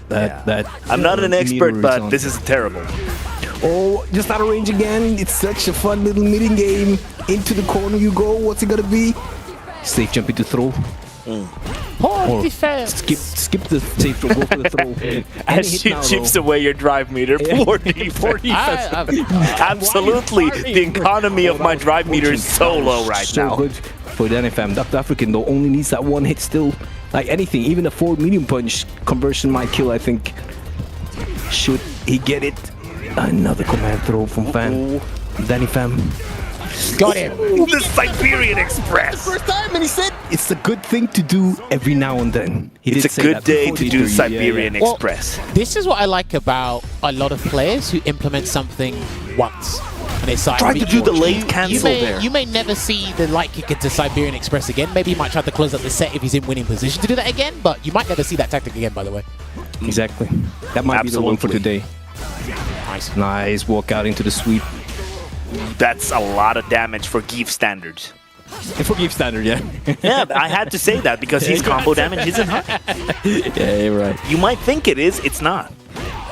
Nice. I love these meaty setups. Not ready. That's it. That's level 1 full charge. I love that super. It's so cool. She's so cool. I like that she can get the wall splat and charge it, and then it allows the charge via the wall splat from the EX Phalanx, so chases him down. I'm still waiting for that jump. I'm not sure where it's coming now. Rush cancel. Nice punish. That was a really great punish, actually, because you have to be super aware of that. Super awake. Once again. Another whip punish. Finds it. Goes for the EX. Yeah, that's gonna hit. Now this, I'm not gonna call the damage. I give up. It's the start of the year. You can't give up now. I already gave up. I'm not gonna try. Nah, it's one thing I gotta say, when you see a good Geef play and they whiff punish consistently with that sweep, it makes them look even more godlike. It's such a satisfying whiff punish. It's such a satisfying It really tool. is. It feels so much better than using the stand like kick for That, and also like the whole punish counter concept, it has such an amazing impact on hit as well. That has a lot of impact as well. So close. Almost got to level 3. Just taking the command throw there. It's gonna be driver sweep. Yeah. That's negative 9, isn't it? Yeah, but in that range, it's gonna be very hard to punish. I don't Look at these SPDs coming out to play right now. Oh my god! Somebody stop me! Somebody stop this lead in this set. I think he's really. Here's the thing: that SPD was very smart to do because he wasn't gonna win the round unless he went for the reset. And DoctaAfrikan's backdashes against level 3s and certain SPDs have been very good, but again, the resets in this game are actually more successful than most resets I see in video games, or fighting games anyway. So there was, by the way, the one one-trick pony, the Siberian, the one-trick Siberian pony. Oh, burnout! This is huge. Now, Geef does have the stand heavy punch to avoid a lot of the armored things. It's just the Gladius. Yeah, the Gladius usually beats that though. When that's gonna absorb the hit, boom! That's big damage. Yeah. Close to getting close enough to chip out. Doesn't beautiful with punish. Never do that. Yeah, he's been okay. Do you know what? As it gets closer to the end of the set, that sweep with punish is actually going to be more scary to deal with. You know what? I don't want this to end. Yeah, same. This is so good. This is so fun to watch. Well, hey, listen, you guys delivered the big bodies. Got to give it to them. I think he's just about alive. He does the full conversion. Yeah, has to be alive here. Yeah, for sure. Alive and healthy, but not alive to survive. Wow. Another perfect. DrDannyPham on the board here. Gets the check into the lariat conversion once again. Yeah, great check from DrDannyPham. Yeah. As we get close to the end of the set, Zangief's going to become a lot more scary. Yeah. Here comes the safe jump. Oh, I like that. Gets the jump. Gets the conversion. I have heard it's best to back roll that, so you don't have to deal with the ambiguity. I've heard that when it comes to the jump like safe jump from beautiful walk back from DoctaAfrikan. Dude, why did... Oh, no. Did not go for level 3, doesn't need it. Says DoctaAfrikan says I can finish this without the extra 40% damage.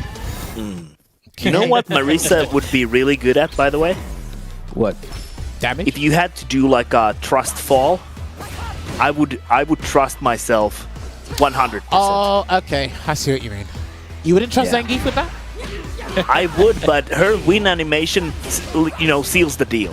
Fair. She would catch me. I'm sure she would.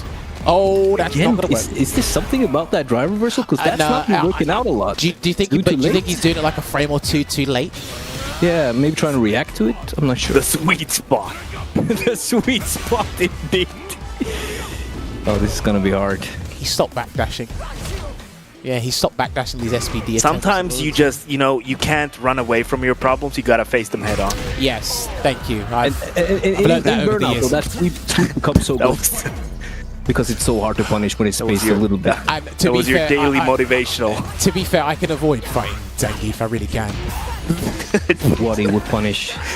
Right, chasing down. Empty jump there, too far for a throw though. Gets the whiff punish, no conversion. Yeah. Oh, that was no, good. That was a terrible cancel. Oh, that's unfortunate though. He's too far to get the that full. was unfortunate. Yeah.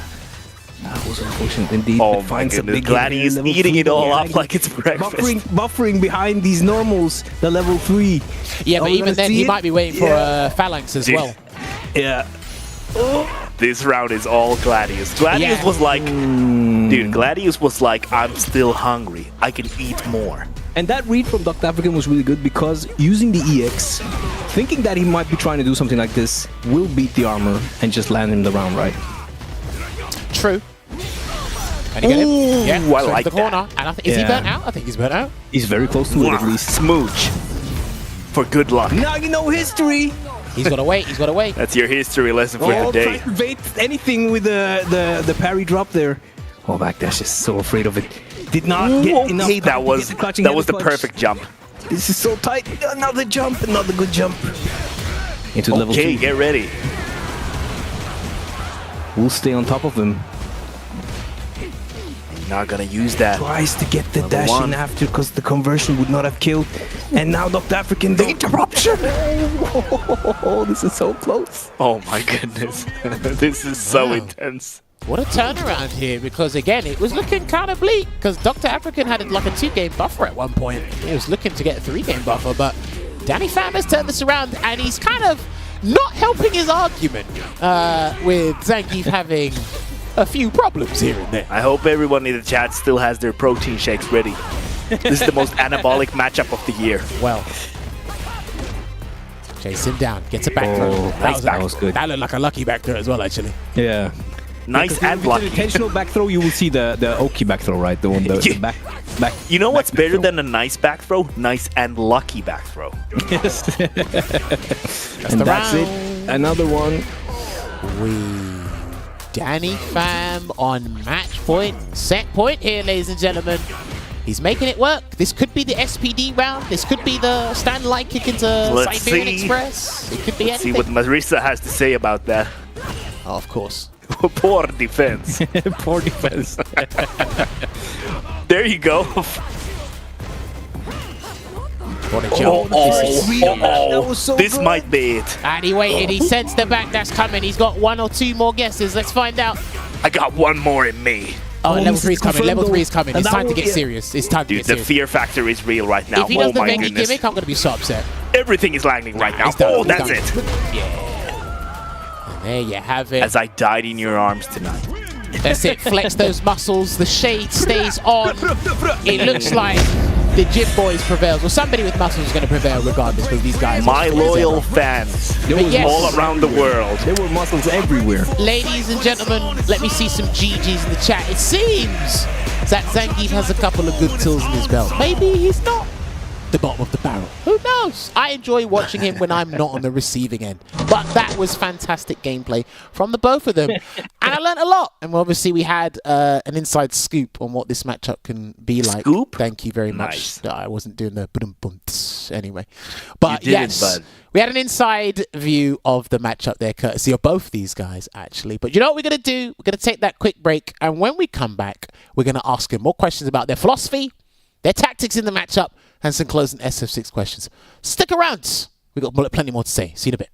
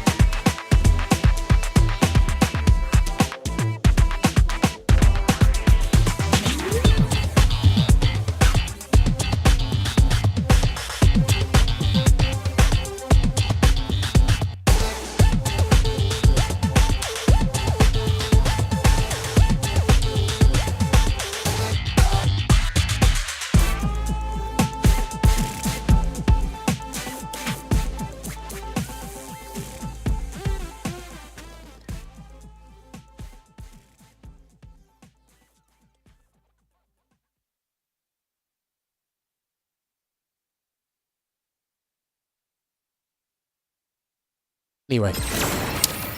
All right, everyone, and welcome back to tonight's episode of Sets featuring DoctaAfrikan and DrDannyPham. If you are just joining us, no more games for tonight. The first to 10 is over. You've got to catch the archives on the YouTube channel, Capcom Fighters, as well as the Twitch archives. Or you can just rewind the stream now and then catch it there. But the scoreline is next to me on this side here. And we've got DrDannyPham winning that there. So let me find out. DrDannyPham, DoctaAfrikan, can you guys hear me loud and clear again? Yes, sir. Perfect. All right, so Danny, congratulations on winning that. You've proven to me once again that Zangief has some sort of magic somewhere. It's brilliant. Oh, man. I like that. Hey, listen, Snake Eyes didn't do you any favors, by the way. He didn't do any of you guys any favors. Oh, gosh. Yeah, don't worry. We'll get onto that very, very Tone soon. in his voice tells everything. Veggey, I know you got a question that you want to kick things off with, so the floor is yours. This one is for DoctaAfrikan, because we saw quite a few drive reversals getting blocked after like stand like kick drive rush. I think that was the situation it happened the most. Is that something to do with Marissa or Geef, or was it just off today? Are you reacting to the flash, or are you just reacting to the button?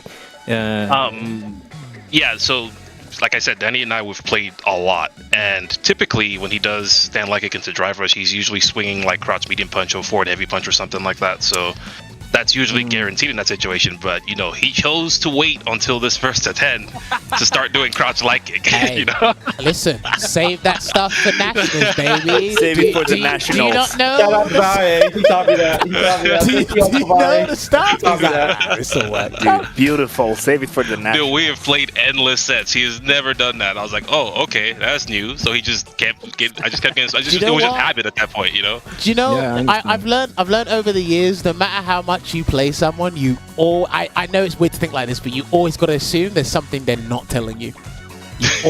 And even if it's subtle, and it's like, even if he learned it just last night, even if he just learned it last night. I did. Really did.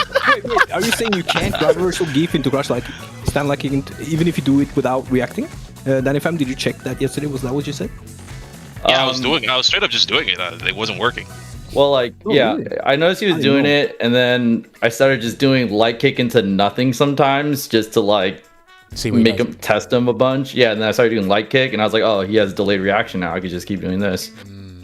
Oh no, okay, fair. Now, let me ask you this question, Danny. Objectively speaking, do you think this drive system works against the grapplers in Street Fighter 6? Because it seems that they seem to be burning themselves out more than most characters, if we're excluding Camry from that equation as well. Historically, I think it works for the grappler, because getting this easy access of in, even though it's expensive, is a luxury. But just comparatively within Street Fighter 6, like I said before, it's like you're still guessing a little more than you should, in my opinion, as a grappler player.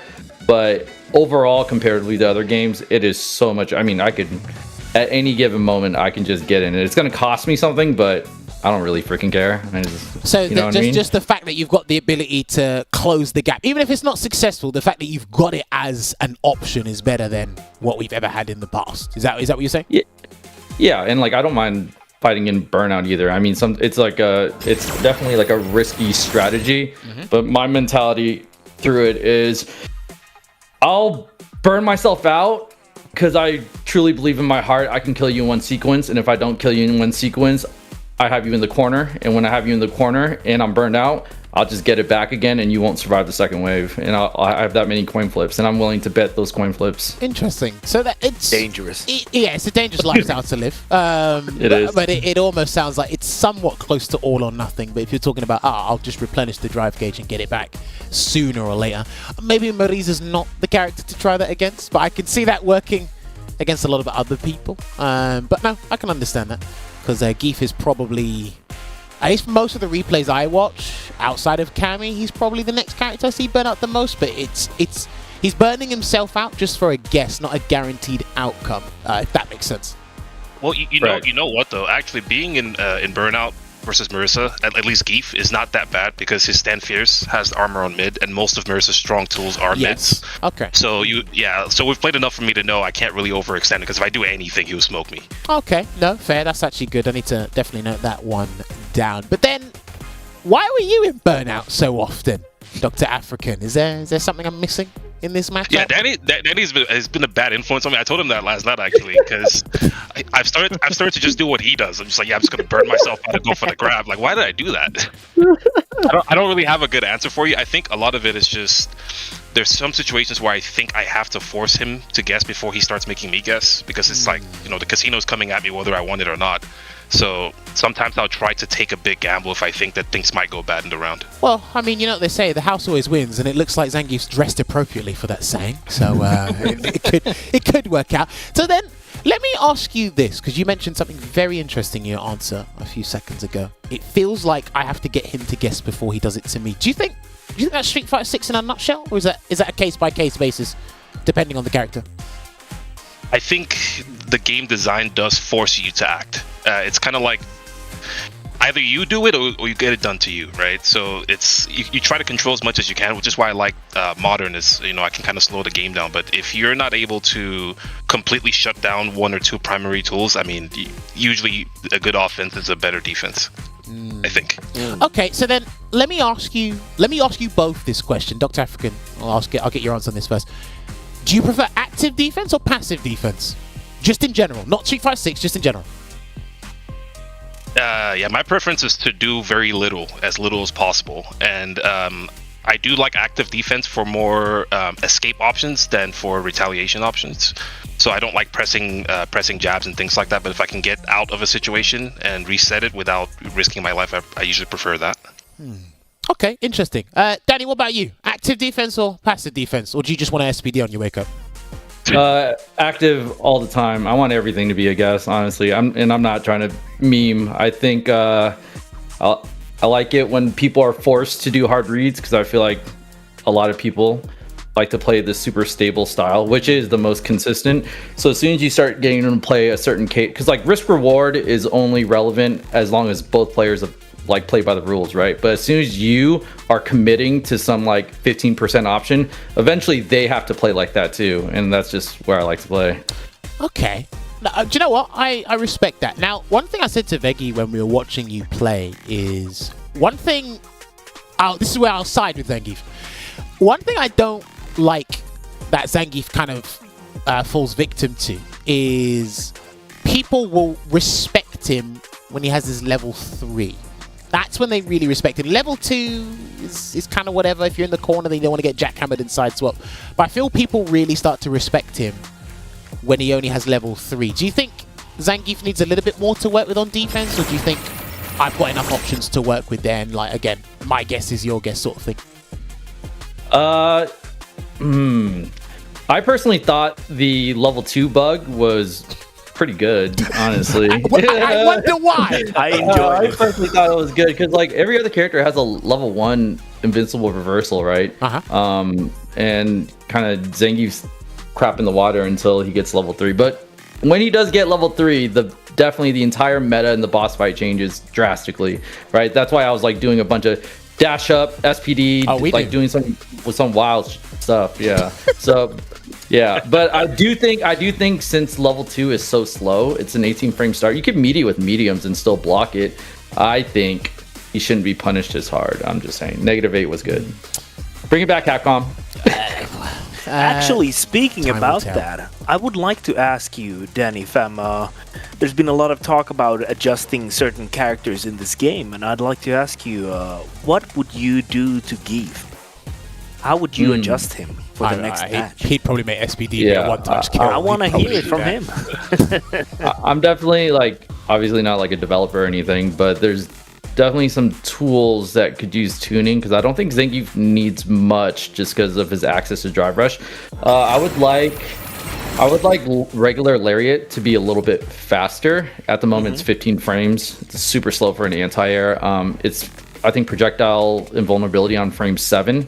So you can't even really use it as a anti-fireball anymore. You can't use it really as a anti-air reliably. So I think regular lariat needs a change. I think a good change, if people want to complain about the cross-up on lariat, they don't want Zangief to have that. I think a good compromise would be to have EX lariat only have the back hitbox.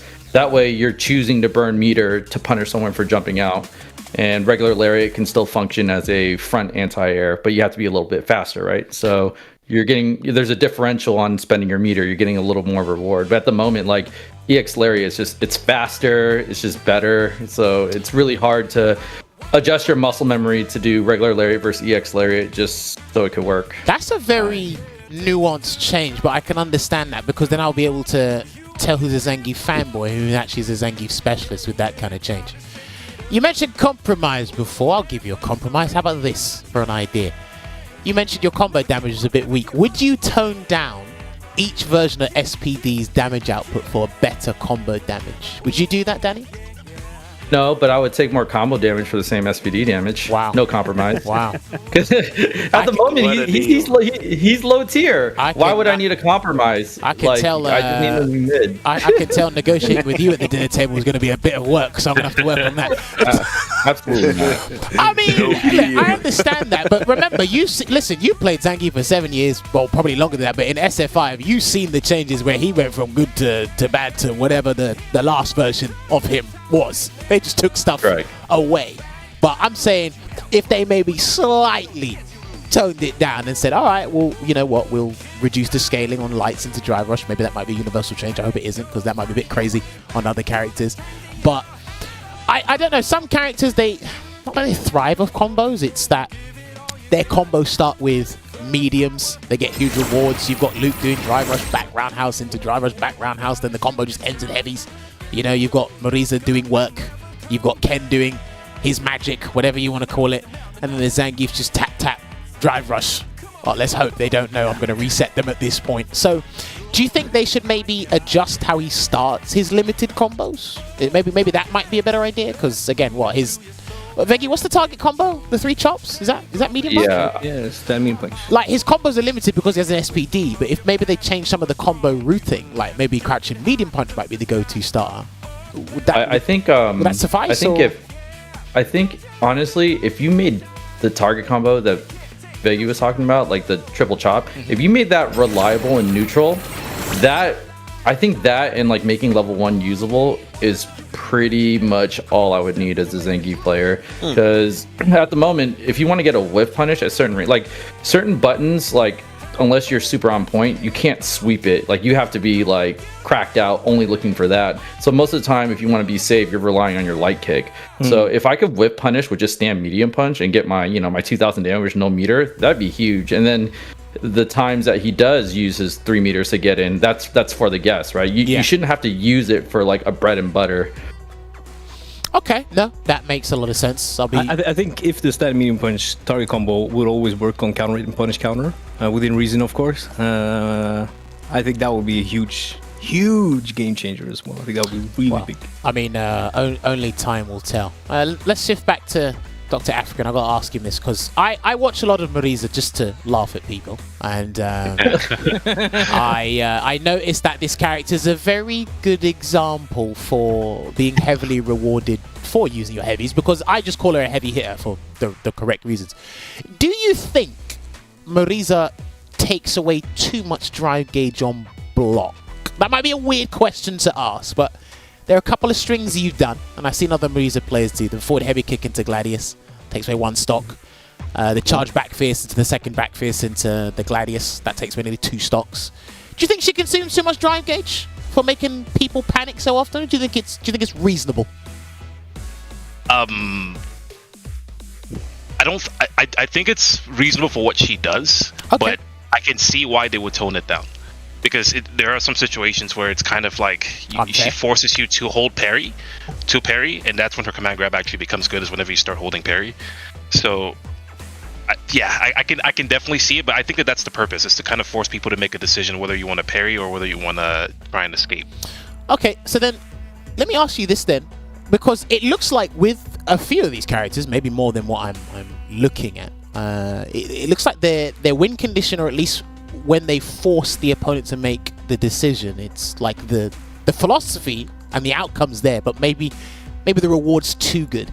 Do you think they need to tone down the reward across the board for everyone? Like in terms of damage output on health, drive gauge consumption, and maybe super meter builds? Or do you think it's very finicky to decide? Because I see this game as a Jenga piece.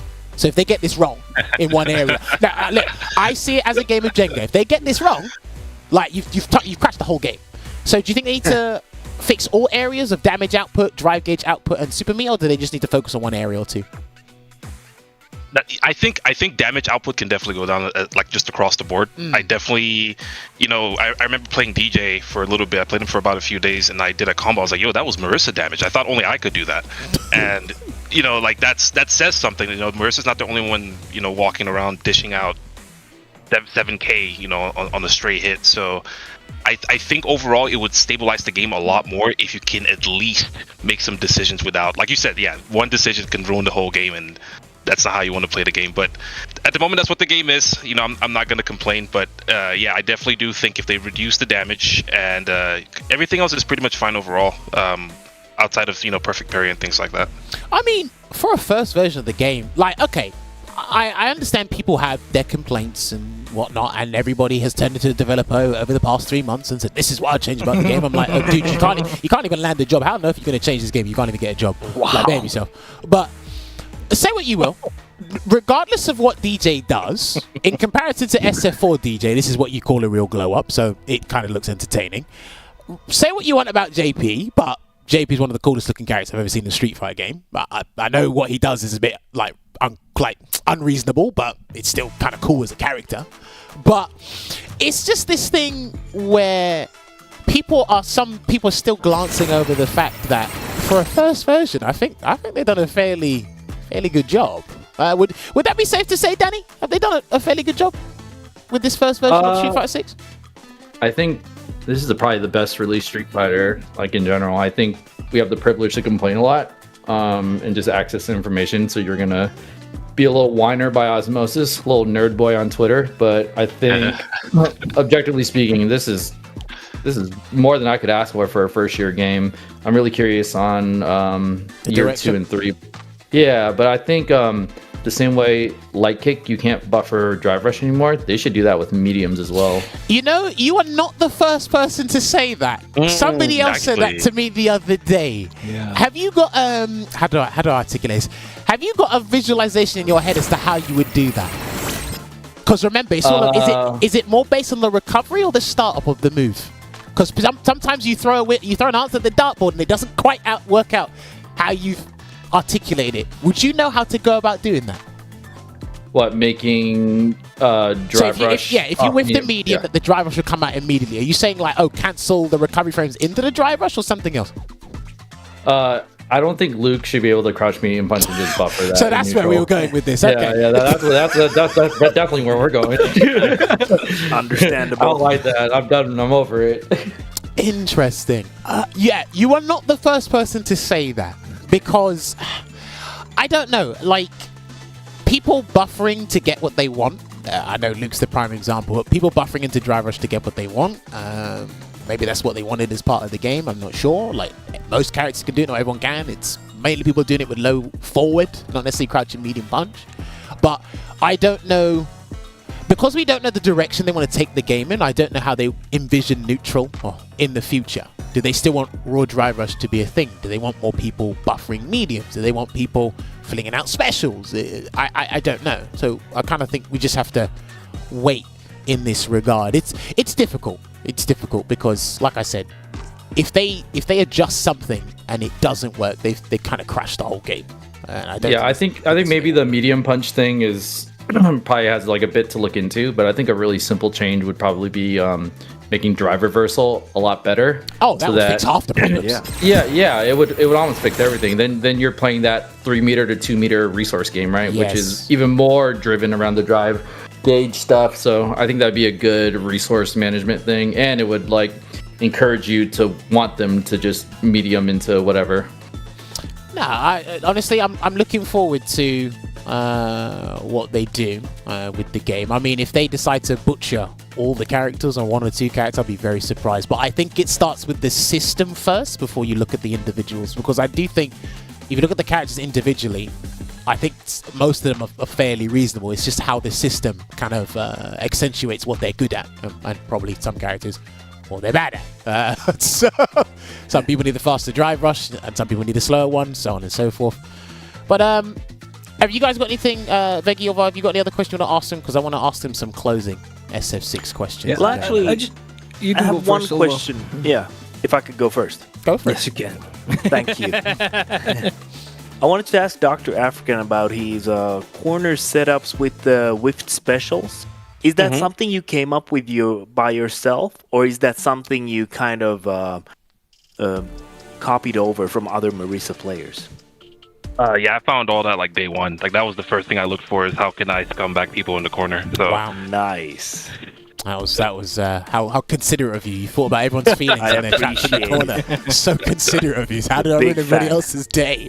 yeah, I mean, I'm kind of like a bit of a trickster, even though it's not something that I focus on, but I do like to confuse people and hit people whenever they're not ready for it. So tricks like that are really useful for me in pools or to close out the match. Like for Marisa, if I get your health in the yellow and I command grab you, assuming you're not geefing Marisa, you're just dead, right? So there's so many situations where I whiff it and someone thinks, oh, he messed up, and they're either gonna wake up and mash or try and back throw me or something like that, and then they see a counter hit and they're like, what was that? And then they're dead. So it's just one of those cute things that it's very applicable and it's legit. It's not a it's not a gimmick. Absolutely. Let me ask you this before I hand it over to Veggey for his question.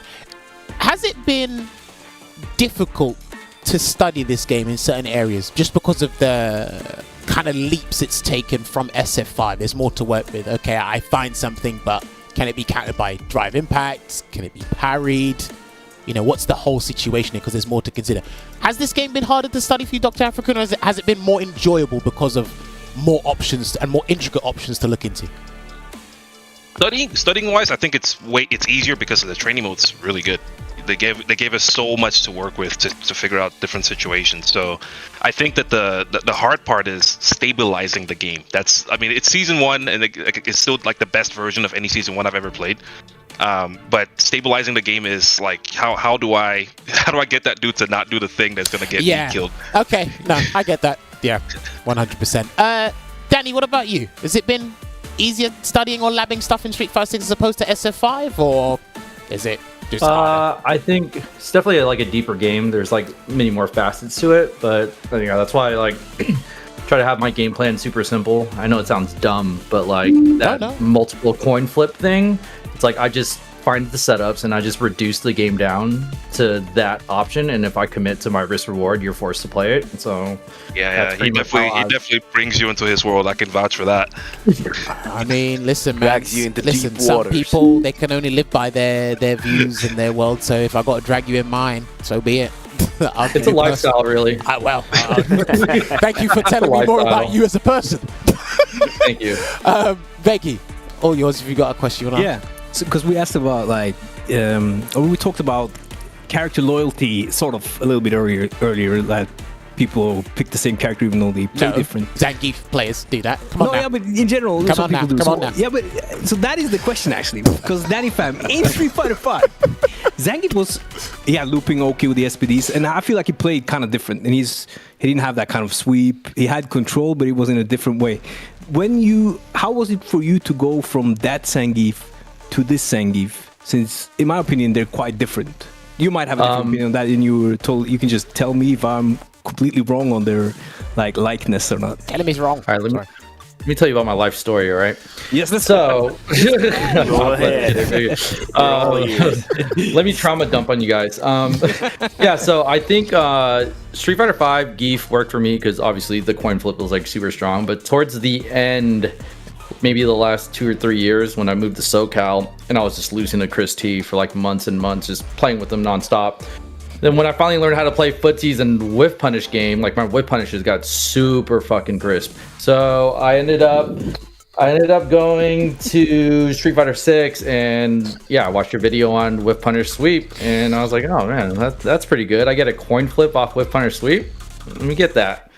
And the rest is history. So I guess the short answer to the question is, yes, I did adapt to Street Fighter 6 really nicely because I think he's a little more grounded and whiff punishy to create a situation instead of just a crush counter stand fierce. Yeah. Okay, fair. We apologise for that fruity language, by the way. He was so invested in his answer, he forgot where he was. I'm a dumb Tevi, guys. Players are passionate. They are very passionate indeed. Because I can see that you have really adapted into this with punish control style.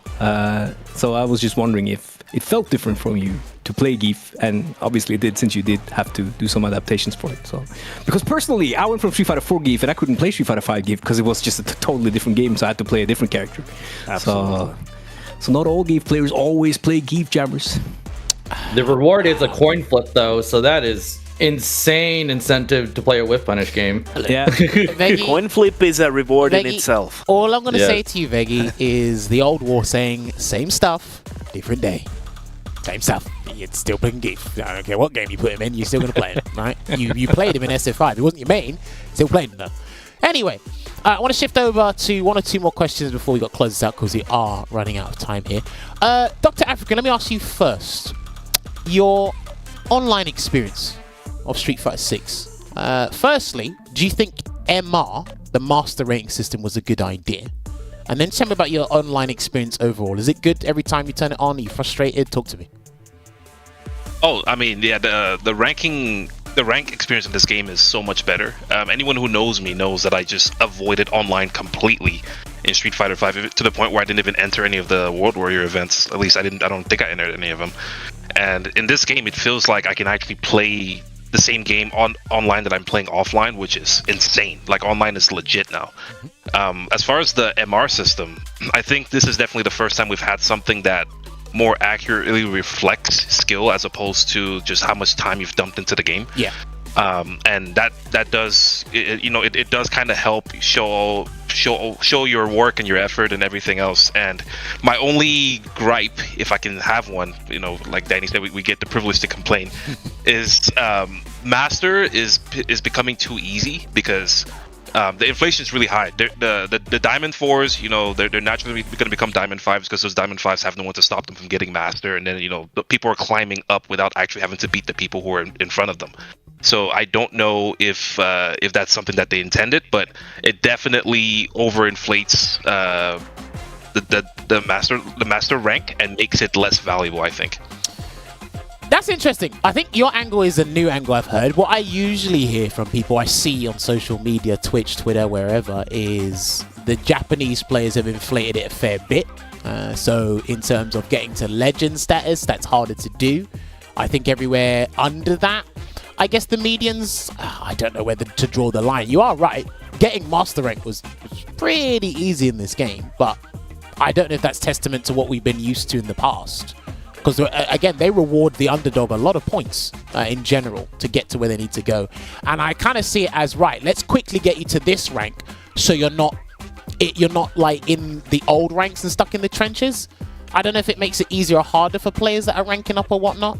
Because sometimes it's like, oh, I no longer want to fight Diamond 3 to 5. I want to fight Masters. So it's like, okay, let's put you up against Masters and Diamond 5s only so we can get you out and put you in the Master rank. But then you just fight a different kettle of fish in that situation. And then other people, sometimes they just rather not. I don't know. There are definitely people, and I'm sorry to say this, but there are definitely people who are getting Master and they're predestined for like 800 MR. There's nothing they can do about it because they're just going to go in and get farmed. And I don't know if that's actually good for their mental health, because I don't know about you, but you lose that kind of MR in a day, like, it sucks. Okay, do you know what it is for me? Before we go on to Danny's answer, it's for me, right? I remember I was playing one day and I was teetering between, because I think the most MR I've gotten is like 1750, right? I was teetering between 1750 and 1650. Now, when you go up and you're close, you're like, yeah, I'm riding high, I'm doing good. Maybe I could push to 1800, whatever. But then you go back down, but then it doesn't get any lower than 1650 unless you're really, really playing bad. I think the system's actually pretty good. It puts you in this bracket where you should be playing if you turn on the game and you're not really actively putting an effort to get better. It puts you in this kind of like 100 MR differential. If you want to get better, put in more work. If you're going to get worse, well, it's quite simple. Don't play the game or play a bad character. I don't know. But the reason I ask about people's online experience is I find the game fun, but how people treat the MR system and how they avoid fighting or taking on challenges is what's frustrating. Because some people don't want to fight certain players, they don't want to fight certain characters and whatever, so they just they're dampening the experience, which is why I find it interesting, people's different opinions. And a lot of people have very positive things to say about the MR system and just online in general, which is good. It's definitely a step up from SF5. So, yeah. No, that was a very good shot. That was a very sharp angle. I like that. Definitely banning every Blanca, I'm not going to lie to you. Well, no, do you know what? I do sense my personal stream. I'm not gonna like you for it, but at least you were honest with why you avoid. At least you were honest why you avoided me. Like, there's some people who just never tell you. Understandable. No, you know what? I'll never forget. One guy said, in SF5, he said, I don't like fighting Fangs, so I blacklisted as many Fangs as possible. And I was like, you know what?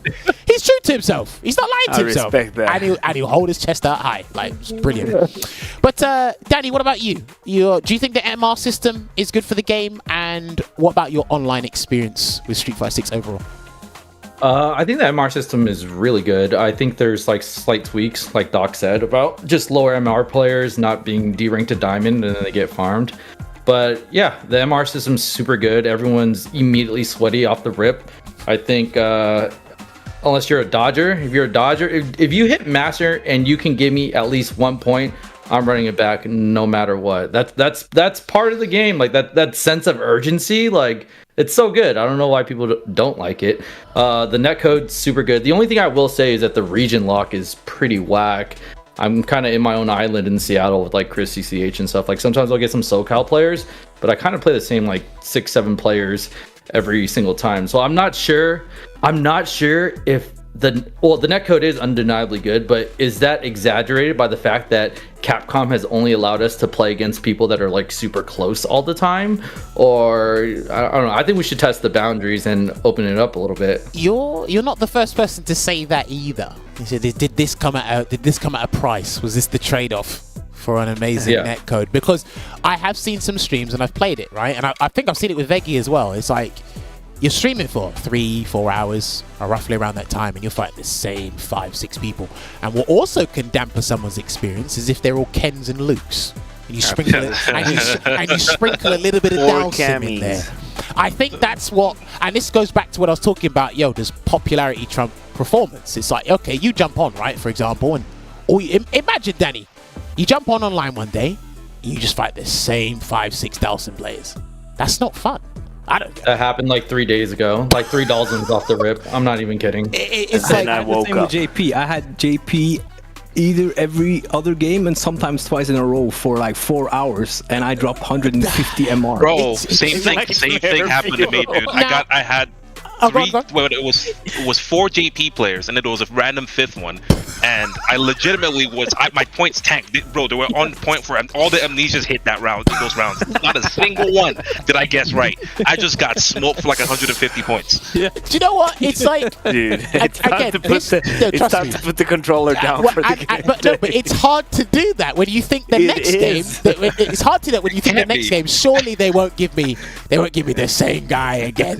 No, do you know what? Like again, get all the points back. Well, there's that as well. But no, because it's MR rated, you're more than capable of getting those points back. It's just like, hang on a minute, like what? 5 of the same character on the bounce? What's going on here? But it's like, again, this game has given us a plethora of good and positive things. And again, I'm glad that both of you mentioned it in regards to the matchmaking. Hopefully that gets sorted out the sooner the better, because the netcodes, when you see online tournaments or you do online lobbies with people like further away from your local connection area, it's like, dude, it's more than capable of holding it.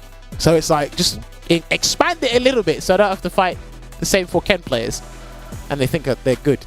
I said it on camera, I'm so sorry. I mean, I'd like to play Ken's online. So.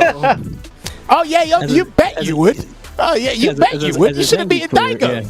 I'm still upset about that. You should have beaten Daigo. You didn't. Anyway, right. We're ever gonna have to hold that. Of course, it's on the internet. It's archived. But right, okay. Feels bad, man. We've just about run out of time. Again, we could talk to you guys forever regarding this. Absolutely. DoctaAfrikan, my last closing question to you is: what are you most looking forward to for Street Fighter 6? Ed, Akuma, the balance patch. Talk to me. What are you most looking forward to? Or even the finals, Capcom Cup. I'm definitely looking forward to what the game becomes and what the devs will do to kind of move forward, because they really killed it with this game so far. Like, this game is phenomenal. So everything looks intentional. Everything looks like, I don't think anything they did was an accident. And if it was, they very swiftly fixed it. So Zangief level 2. I mean, JP's a very big. JP's a very big accident, but I think there's no way you release that on accident, man. There's no shot. There's no shot. Oh man. So I mean, overall, I mean, I'm just kind of enjoying the experience, which is something I haven't been able to do in a long time. And yeah, everything and anything and everything. I don't really care much for Ed just because of his crimes against humanity in Street Fighter V. But yeah, he can be here too. That's fine. Akuma's probably gonna be really cool though.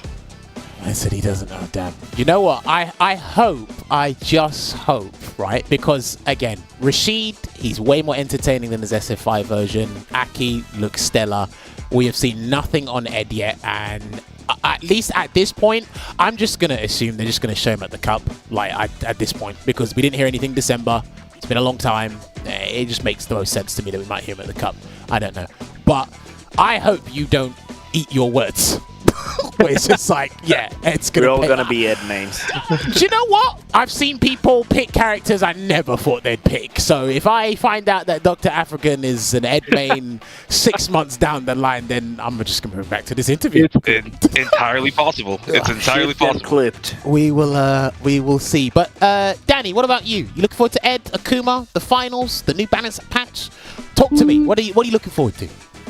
Everything, man. Like Doc said, the first year has been so great. If Street Fighter V can end up being a pretty good game, I think the trajectory of this game is going to be really good. As long as they make, Zangief level 2 negative 8 again, Super 1 usable, chops always work on counter hit, and my Lariat changes, I think the game's going to be in a great place.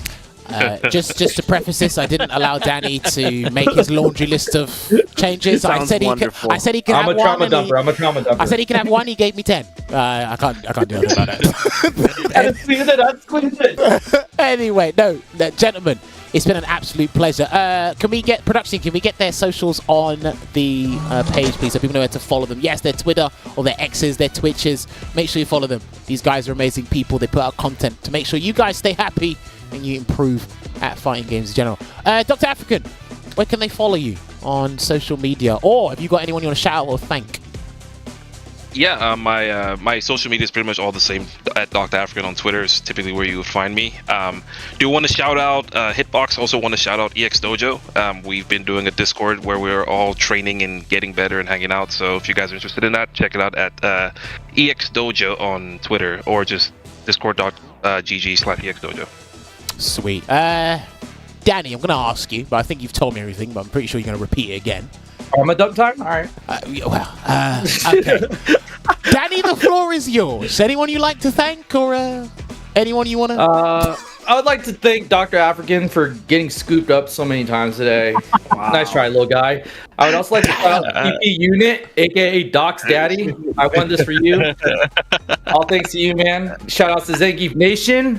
I'm staying strong. I'm not a traitor. I didn't switch to Marissa like the commentator in here. You know what I'm saying? Damn. Shout out to Veggey, fellow Geek player. We stick together in this joint. Damn. Follow me, DrDannyPham, on my socials, on Twitch. Watch me yell at the ranked animals. I think that's about it. One last question. Are you both planning to attend the LCQ? You're going to be watching the Cup from home. I'll be at the LCQ. Okay. Danny, I'm debating it. You should come. What are you doing? I need to ruin some dreams and then lose at 5th place. I mean, I've seen people pay a lot of money to ruin other people's experiences of an event. I think it's a it's a cost good effective.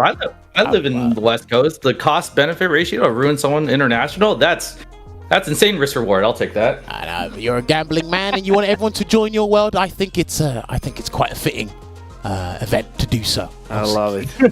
I don't know. Anyway, gentlemen, when you're ready, you guys can leave the Discord call because we do have a show to close out. But I'll drop you guys a message a little bit later. Thank you guys once again. We can chat to these guys forever, but we got a show to close out. So we'll talk to you guys very soon. Later. Thank you so much for coming, guys. Later. See you later. Man, you can talk to those guys all day, every day, and it can really be cool. Definitely a healthy mixture of right. Let's have a legitimate conversation about the game and the scene, and then for a little bit of jokes in here and there. Now, great people. Make sure you follow them on their social medias there. But no, both of you two, credit for getting those guys on board. I didn't have any part to play in this one either. I was very busy doing something else. But hey, we always got to bring on a big body matchup because big bodies. their matchups are actually some of the funniest. So you kind of got to watch For sure. both ends of the spectrum and laugh at them, because this one guy has a lot of damage and the other guy has to deal with the grabs, and no, it's just funny. So that was a really good one. So thank you both Godzilla versus for Kong. bring that matchup together. Now, I believe, do we have an avatar battle loaded up or no? Okay. Oh, We do have this segment of the show now. I'm starting to learn. learn to integrate this properly, but after our serious set, we start to relax a little bit, unwind, and show you the real chaos, the real madness that happens in the battle hub, right? And we like to show these avatar battles, and we like to show you what goes on. Don't forget, there's tons of avatar gear you can pick up as well, so if you want to join in on these, maybe catch your avatar doing some madness on the show, you can do that. But we are getting that loaded as well. But no, it was really good. While we get that loaded, it was really good to hear, and I'm probably going to start asking more people just their online experience in general. I don't know if Capcom have done like this kind of feedback form so people can say what they want to say about the system or whatnot. But I'm starting to hear a trend. Netcode's the best it's ever been. I feel like I can come on and enjoy the experience. They like the MR system. It's just that, okay, tweak the matchmaking criteria or the geographical sense of it. And I think we're good. Because Veggey, you mentioned it, like 4 or 5 JPs. Or a few tweaks and it's perfect. And that's it, right? The fact that we're all kind of saying that, it's like, yo, this is very, very close. Very close. So as a first version, how close they are. So close to the promised land. That's it. So, and by saying that, we can only look forward to what's to come. Yeah. The DLC characters have been good thus far. Right, they've made tweaks here and there. I think the immediate changes outside of the Zangief level 2 being -8, I think everything else that's been deemed as a bug, they've got rid of it immediately. The Rashid Yasar glitch, that was hilarious, by the way. That was so when you just walk in it and it just stays there the whole time. What was the other one? The JP one, the command grab when it clashes with the projectile and then you get the whole combo. Oh yeah, like the camera. Yeah, like thingy. They get these done pretty quickly. So these guys have pretty much been on the ball. I can't imagine how much sleep they're losing trying to be on the ball with this. But no, I think it's very good thus far. So no, looking forward to it. And again, we've only got one more CPT. I think it's one more CPT, and then I think the only thing left after that one CPT is the LCQ. I think so too. I think that's right. I need to double check the schedule. Time has really flown by. Well, remember, this game came out in June, and people were really anticipating and waiting for it. And then once June 2nd came, every other day became a normal day for you because you got what you've been craving for in your hands now. So now it's just a normal day, and then you can get on with it. So it's like that thing you've been like fiending for ages. Now you got it. It's like, oh, okay. So, oh wow, 4 hours really went by, didn't it? So, but just playing the game, having some fun. But yes, have we got the avatar battle loaded, or should we go and transition over to the other stuff? You've told me it's coming 5 minutes ago. Okay, anyway, right. What we need to do as well is Veggey. So you definitely need to tell me some more specifics about the Zangief and Marisa matchup a little bit later, because I think we may see that matchup in the future a little bit more, depending on what they. I mean, well, we can talk about it afterwards. Bro, but what is that? We're here. What the hell is that? We're at the battle hub. These look like some villains that didn't make the cut for Marvel. The rejects. These look like some villains that did not make the cut. Oh, he's using Rashid's moveset. He's definitely a villain. Well, that guy's got DJ and Cammy. Do you know? Do you know the guy on the left looks like? What's that Pokemon? It's like a fire cat, and it beats people up. I can't remember what it's called. It's called Incineroar something. Incineroar? I think that's what his name is. I think Incineroar. That looks like Does he have a muzzle on? That looks like a very cheap version or a cheap knockoff. Does he have a muzzle on? Can you confirm? I don't know. I don't know what this is. He's spitting fire though. And with the Dulcimer Fireball as well. I feel like if you want to be really optimal, that's probably a super good thing to just have on your character. He has a hook hand. And he's playing on Modern as well, by the way. So he's put all these tools in, and then he puts them in. Wow! So he drive rushed into a Sonic Boom. I love this guy. Do you know? I'd really, really want to ask one of these guys, what do they think about when they put? He has a muzzle on, by the way. Well, I want to ask these guys what they think about when they put these characters together. Do they know some of these moves are stronger than like what they think? Oh, that was sick. That was actually sick. I feel like they're just trying to like create the character that they think is cool. The character of their dreams. Yeah, but Or just how do you very determine? Do you look at all the characters and go, oh right, this move looks cool, I'll add this here, or oh I heard this move is good in competitive play, I'll add this here. Do you know what I mean? Yeah, it's a good question. Maybe we should have like some Nice combo. Look at the corner carry. This guy's can talk about their decisions on these characters. He done Rashid's fake jackknife into Rashid's jump hard punch. What a game! Dude, look at the combos. Juggles for days. This guy is cooking. What a game! Oh, he did a safe jump. Nah, this guy's a competitive player. How do you know there's a safe jump? Yeah. Look at this guy. Hold up. Man said, Naruto, hold my beer. I'll show you how to really do things. Someone cooked here. Damn. An EX boom to seal the deal. Easy clap. Anymore. Easy clap. That don't look fair. That don't look fair. Anyway, that was Speaking our of. Avatar Battle of the Day. Olvaha, what have we got here? Let's see what we have here. This is called the Capcom Cup Supporter Premium Rewards Program. Obviously, we have another fighting pass, and you can actually see we got a sick headset there. We got some esports merchandise. We got shorts. We got some sneakers. We got a jersey. And we got a, is that a gas mask? I don't know. Is that like an air filter mask? I don't know. But it looks pretty tight. Someone might be cooking.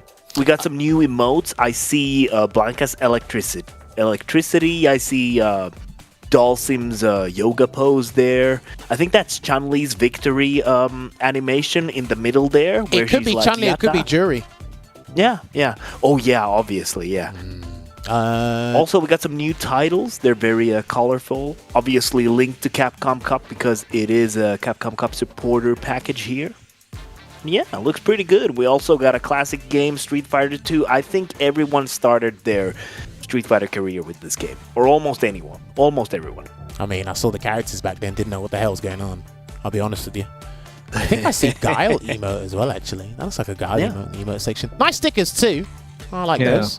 It's pretty cool. All right, so don't forget, that's part of the Capcom Cup supporter premium rewards there. And if you've got the fighting pass, then you'll just get these in your account. So be on the lookout. Yeah, also just a note, also free rewards are also available in the fighting pass. I don't think they're all featured here, but these are like the premium rewards. But there's also free rewards even if you decide not to get the fighting pass. Okay, so okay. There's something for everyone.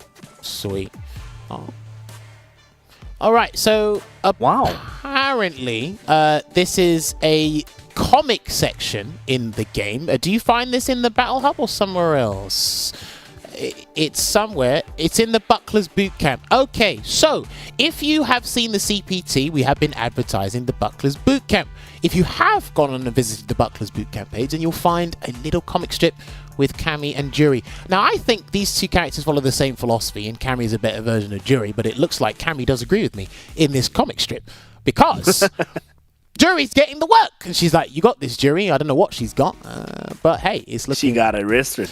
Anyway, apparently you're even nastier than me, whatever that means. I'm going to say this is PG. I don't know what that means, but this comic strip is in the game. Stronger character? Maybe. Possibly. I don't know. She's got a better dive kick, I'll tell you that much. She'll probably get better AX moves as well.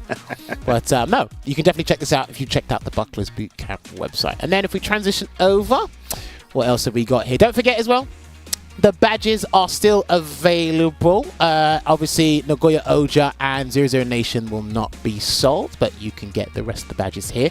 And I'm pretty sure tons of people got the badges here. Remember, it is limited time only, and they're on sale only in the Battle Hub. Do not forget about that. And the next thing we've got to talk about as well. So, SFL US is concluded. If you haven't seen the finals to SFL US, please go on YouTube and go and watch that last episode. Hey, just watch the final match there between Mena RD and Angry Bird. You will not be disappointed in terms of competitive Street Fighter 6 gameplay. But Street Fighter League EU still continues. I think we have about two or three more weeks, if I'm not mistaken. I have to check my notebook. My notebook is actually not on me now, but it's 2 or 3 more weeks. But yes, all 6 teams are in action. The regular season is coming to a close. And this is what the leaderboard is looking like right now. BMS top spot, Mouse second place, 00 Nation third, and BK Rog fourth. Wolves have had momentum. They've been picking up. I wonder if they can overtake 1 or 2 teams. I'm not alluding to anything. but maybe they can. But Guilds, mathematically, Guild might be out of the equation. But we'll see. Anything can happen. But BMS, they're sitting pretty. If anyone can change around, it's Mouse or 00 Nation. Make sure you check out SFL EU every Friday, 7 p.m. UK time. Check it out. It's week 10. There you go. This is what the fixture's going to be. BK Roll going up against 00 Nation in the run back. And we've got Mouse going up against Guilds. And of course, BMS going up against Wolves. We're there. Friday, 7 p.m. UK time. You don't want to miss it. Don't forget, SFL Japan is concluded as well, actually, I believe. They're not going to upload that until some point this week, next week? I don't know. Because it was a pay-per-view event, and they'll upload the archives later down the line. So make sure you check that out. SFL's been fun. Now, of course, we got to congratulate. Do we have it? Yes, we got to congratulate our winner over the weekend. If you didn't watch US East, it was actually pretty damn good. The amount of players that were streaming their runs in this event was brilliant. But NuckleDude comes out on top. Got sent to losers by Banana Ken's JP using the Guile.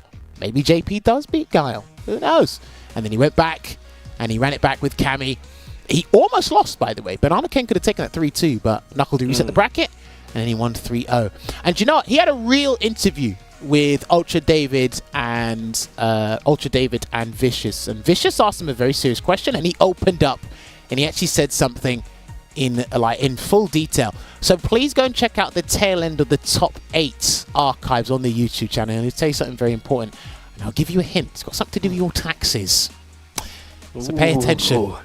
No, people should really watch that interview because he was being 100% real there. And I think he's a bit. This he was played really also amazing. 100%. He's a stellar player. So if it wasn't going to be, it was funny. It was super late for us, obviously, but I just tuned into the stream and I saw NuckleDude play, and I saw the first thing I saw, he did some perfectly spaced boom mid-screen linked into the standing roundhouse cancels with a level 1 super, which I haven't seen before, and I was like, okay, he's definitely cooking. It's starting to become an optimal thing. I see Rain Pro do it. I've seen it's really cool. Higuchi. Super satisfying. I've seen Lex do it. Shouts to Lex. But yeah, when you get that right, Guile has got some really cool and beefy combos and some nasty scenarios, which is why I rate him so highly. This is why I'm telling you, don't listen to these Guile players. They're trying to lie to you when he does all this cool stuff. But anyway, make sure you check out the archive there. But congratulations to Shopify Rebellion's NuckleDude there. And of course, we've only got one more CPT. I think. It's one more CPT in the LCQ, but here's the LCQ. Friday the 16th to the 18th, Los Angeles, California there. You can register now. All the heavy hitters, or most of the heavy hitters are going. If you have time, if you have the finances, go on down. It's going to be the first year for Street Fighter 6. It's an inaugural season. And you can see there, capcom.us/CupXReg. You get signed up and join the LCQ now. If you can't join in person, make sure you tune into twitch.tv/CapcomFighters because again, it's going to be a tournament you do not want to miss. And then, of course, Capcom Cup 10 will be happening in February 21st through to the 25th in Hollywood. Same venue as last time, I've heard. Capcom.us/CutX tickets. I believe the best ticket available for people who've purchased is sold out, so there might be the other remaining tickets available. But hey, I think it's going to be a good spectacle. We get to see 9 Lukes, 10 Lukes, 9 Kens, 6 DJs, 3 JPs, no Manons, no Akis. I think you're looking forward to it. I hope all the DJs are put in the same group, by the way. That will make my day. That would make my day because I think the DJ players don't understand what it feels like getting hit by sway into low and then you lose 40%. So I think it'll be fun. That's just me anyway. That's my personal wish. But yes, I believe we should have 1 or 2 things more to show as well. Yes, there we go. Don't forget. SF6 got Fighting Game of the Year last year, but Street Fighter 6 has been nominated for the DICE Awards. It's 27th Annual Awards there, and it is a finalist. And it's been the category for Fighting Game of the Year and Online Game of the Year. How about that? We've had a lot of guests talk about and, eulogize the online. And I think these guys are doing it as well. So don't forget, check this out. And then be on the lookout for that. But you can go over to... Can we vote at all, or is it just part of these... I don't think we can vote. It seems that this is just for private. It's a private function only. I will thank the Academy of Interactive Arts and Science for the nominations. Thank you for the Academy. I guess I can't vote, but if you're going to vote for me, go for it. Anyway, if it gets the award, it gets the award. If it doesn't, it's because I didn't vote. So, anyway, Yes, I got told about these on the way to the studio today. So there actually is new merch that you guys can get. It's not just for Street Fighter, it's just for Capcom merchandise in general. These are new arrivals and the accessories available on Amazon.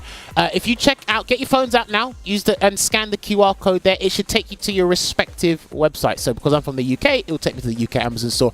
If you're in the US, it should take you to the US store as well. But you get Capcom stuff, Mega Man, Resident Evil, you name it, it should be there. I do like the chainsaw t-shirt, so I might have to pick myself up a gift. I might pick that up for someone else actually, because they do love the Resident Evil 4 remake, so that's actually a good thing. So I really like what's on the horizon here as well. Also, speaking of which, there was something else I showed today. Can we transition? Yes, it's this, ladies and gentlemen. I know what Veggey can get his son for a gift. Maybe we can get him this. The Super Pocket. It is there. You can see it. Sick. And it has, I think it's got several old Capcom games. Yeah, arcade games in your pocket. Again, scan the QR code. It'll take you straight to the website. You can go check it out here. £50 in the UK, 60 USD, and that looks like 60 euros in that weird font. I think that's euros. I don't want to say the wrong currency. Yeah, it is. Veggey, get me one too. The guy in my ear says I think it is. If he doesn't know what it is, I'm not going to tell you what it is. It's a currency. I don't know if it's euros or not. But I'm not gonna make people spend the wrong currency. I'm so sorry. But yes, this looks cool. I think you guys should pick it up if you get the chance as well. Maybe we can show one on stream next time, so you guys can get a on hands demonstration as to what it looks like. I'm not going to tell you. I'm just preface this right now. I might not be good at the game in the console, but I can show you what the console looks like. But yes, this looks cool. Check out the scan the retail there. And do not forget, we're in the new year, which means a new Red Bull Kumite is on the horizon. They announced this now in March. I think it's a week before my birthday. I think so. Yeah, 16th and 17th of March, the 9th edition of the Red Bull Kumite. We're heading to New York. Who knows who's going to be there? Big Bird should definitely be there because he's the champion. Who knows who else is going to be there? Maybe Mena, Angry Bird. They might bring DCQ. Who knows? They might bring Kakaroo. Who knows? There's a ton of players that can attend this. You guys don't want to miss it. Red Bull Kumite never fails to deliver. So can't wait for that there. One last thing I want to show you guys before we go. It is complete. Ladies and gentlemen, you always talk about your online, your offlines. You always talking about support your locals. Or hey, we are bringing back a local in the UK. Street Fighter bracket reset, we done the World Warrior, and now the guys are actually setting up a meetup. It's not just for serious players. We have a casual section as well, where people can come on down. They're just fans, they just want to watch, they want to enjoy the games and maybe watch the competitive tournament upstairs as well. They can do so. This is going to be held in the venue where we did the World Warrior for the UK, the new Meta Gaming Centre in London, or Islington, London. All gamers of all skills are welcome. You can come hang out, you can chat with people. They have some incredible snacks in that store, by the way. If I had to sell it to you in another way, they have some incredible snacks in the store. So come on down. The partner is a collaboration of Too Busy Gaming, Reversal, the visual platform, Team Aggie, and of course the new man. Of course, can't forget Rich Dragon. He made that in Photoshop about 5 minutes. Brilliant. He's got his logo. He stamped his logo on the mark. That's brilliant. But yes, it's all there. It's going to be happening Sunday, 21st of January. Do I have word as to what Twitch channel it is going to be on? It's going to be on Capcom Europe's Twitch channel. That's what I've been told. There'll be more details on this coming this week. So keep an eye out for Rich the Dragon, his Twitter account or his X account. Keep an eye out for VP Mark. Keep an eye out for Reversal. Keep an eye out for Too Busy. There's several Twitter accounts you can keep an eye out for more details on this here. Fantastic. All right, so don't forget that. I'm going to try and go this Sunday because I'm very bad at committing to one idea and then someone else asks me to do something the same day, and I've been terrible at that, and a lot of people have been upset with me the past couple of weeks. I can't help that these days. New year, new you, Jammerz? New year should be divided into two, to be honest with you, so I can go one place and do the other. But yeah, no, that's going to be it. I see someone said, show Ed. Not even a please and thank you. Glad to know what you're after. Look, any manners in the chat? You know? Look, any manners in the chat? I'm just going to say, this is me personally. We haven't seen Ed from November or December, and it's mid-January. I'm just going to take the wildest guess, and we're not going to see Ed until the Cup. That's still not that guy. Hey, Jammerz, that guy. Jammerz, show Ed. He said, I apologize. Redemption arc. Maybe. I don't know. Sometimes, if you got, He's already redeemed. If you got something you want to ask, at least please will do. You know, maybe someone might. You're okay in the chat. You're okay. Anyway, right, ladies and gentlemen, we've got to love you and leave you. The Capcom Cup 10 draws closer. Competitive play still happening. We still got a CPT. It's good to have the boys back here. But Jammerz, it looks like you want to say something. Did you have fun today? Anyway, I had a good time. I hope you guys had a jolly good time. Yes. And we'll see you next week for some more fun. Until then, we'll see you soon.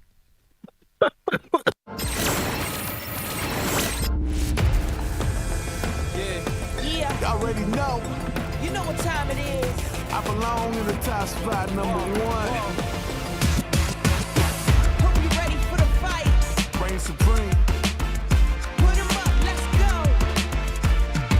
Number one, yeah. I've been laying locked, training for this moment my whole life. Cold nights, in the rainy days, hope I get mine. Spend mine for the accolades in the empire. I need that title in my possession. Once There ain't no again, it's others. on, it's my time to shine bright. And if you try to stop me, then you're gonna pay the price. All them late nights finally paid nights. Awaken my dreams, but you could call me the greatest of all time. Yeah, I'm focused. You know how bad I want this. I'm giving it my all. Never thought this moment is golden. I control it.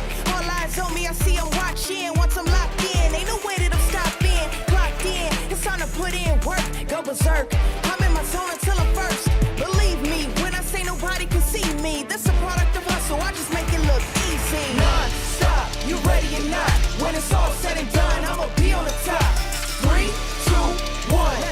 I'm ahead of the game. Y'all remember my name. Non-stop. You ready or not? When it's all said and done, I'ma be on the top. 3, 2, 1. Let's go. Yeah, I belong in the number one spot.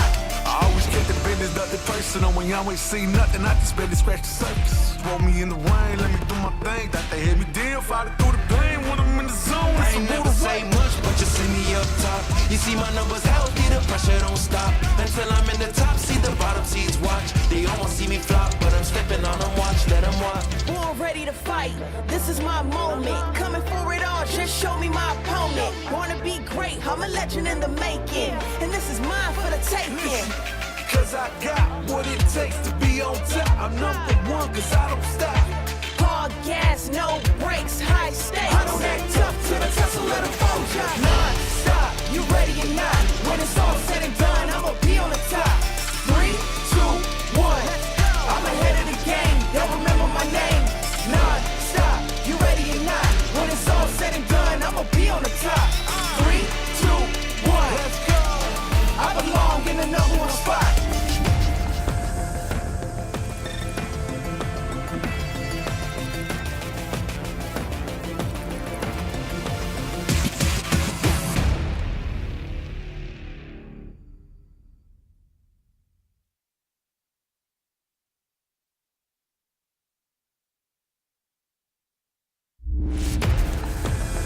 Yeah, Y'all already know you know what time it is.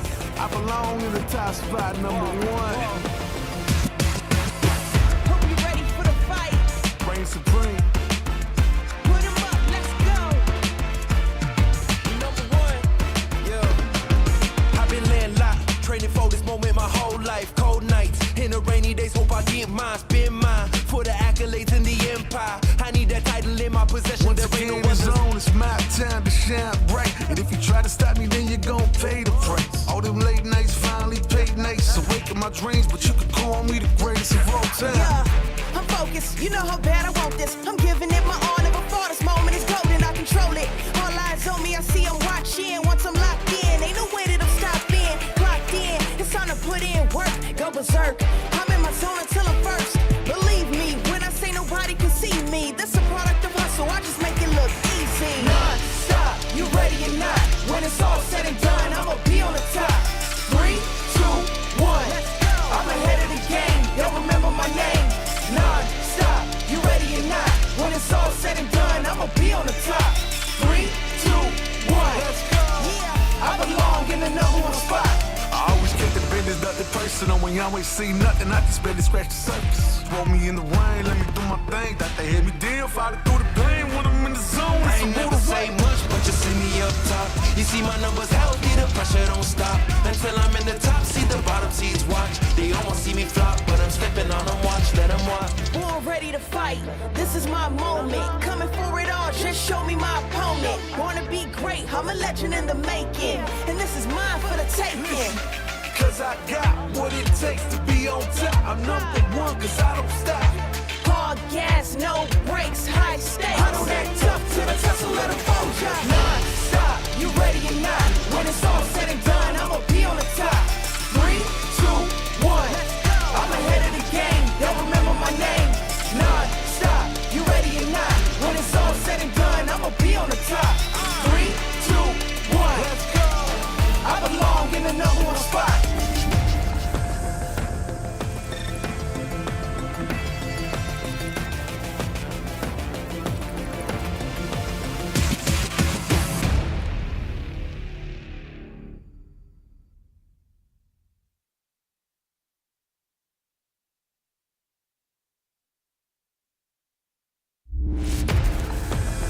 Yeah, Y'all already know you know what time it is. I belong in the top spot, number one.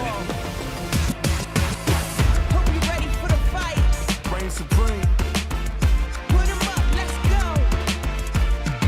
Number one, yeah. I've been laying locked, training for this moment my whole life. Cold nights, in the rainy days, hope I get mine, spin mine. For the accolades in the empire, I need that title in my possession. Once There ain't no again, it's others. on, it's my time to shine bright. And if you try to stop me, then you're gon' pay the price. All them late nights finally paid nights. Awaken my dreams, but you could call me the greatest of all time. Yeah, I'm focused, you know how bad I want this. I'm giving it my all, never fall. This moment is golden, I control it. All eyes on me, I see I'm watching. Once I'm locked in, ain't no way that I'm stopping. Clocked in, it's time to put in work, go berserk. I'm in my zone until I'm first. Believe me, when I say nobody can see me, this a product of hustle, I just make it look easy. Non-stop, you ready or not? When it's all said and done, I'ma be on the top. 3, 2, 1, I'm ahead of the game, they'll remember my name. Non-stop, you ready or not? When it's all said and done, I'ma be on the top. 3, 2, 1, let's go. I belong in the number one spot. I always kept the business, nothing personal. When you always see nothing, I just barely scratch the surface. Roll me in the rain, let me do my thing. Thought they hit me down, fighting through the pain. When I'm in the zone, I it's a ain't never motor say way. much, but you see me up top. You see my numbers healthy, the pressure don't stop. Until I'm in the top, see the bottom seeds watch. They almost see me flop, but I'm slipping on them, watch, let them watch. Born ready to fight, this is my moment. Coming for it all, just show me my opponent. Wanna be great, I'm a legend in the making. And this is mine for the taking. Cause I got what it takes to be on top. I'm number one cause I don't stop. Hard gas, no brakes, high stakes. I don't act tough to the test, so let them fold ya.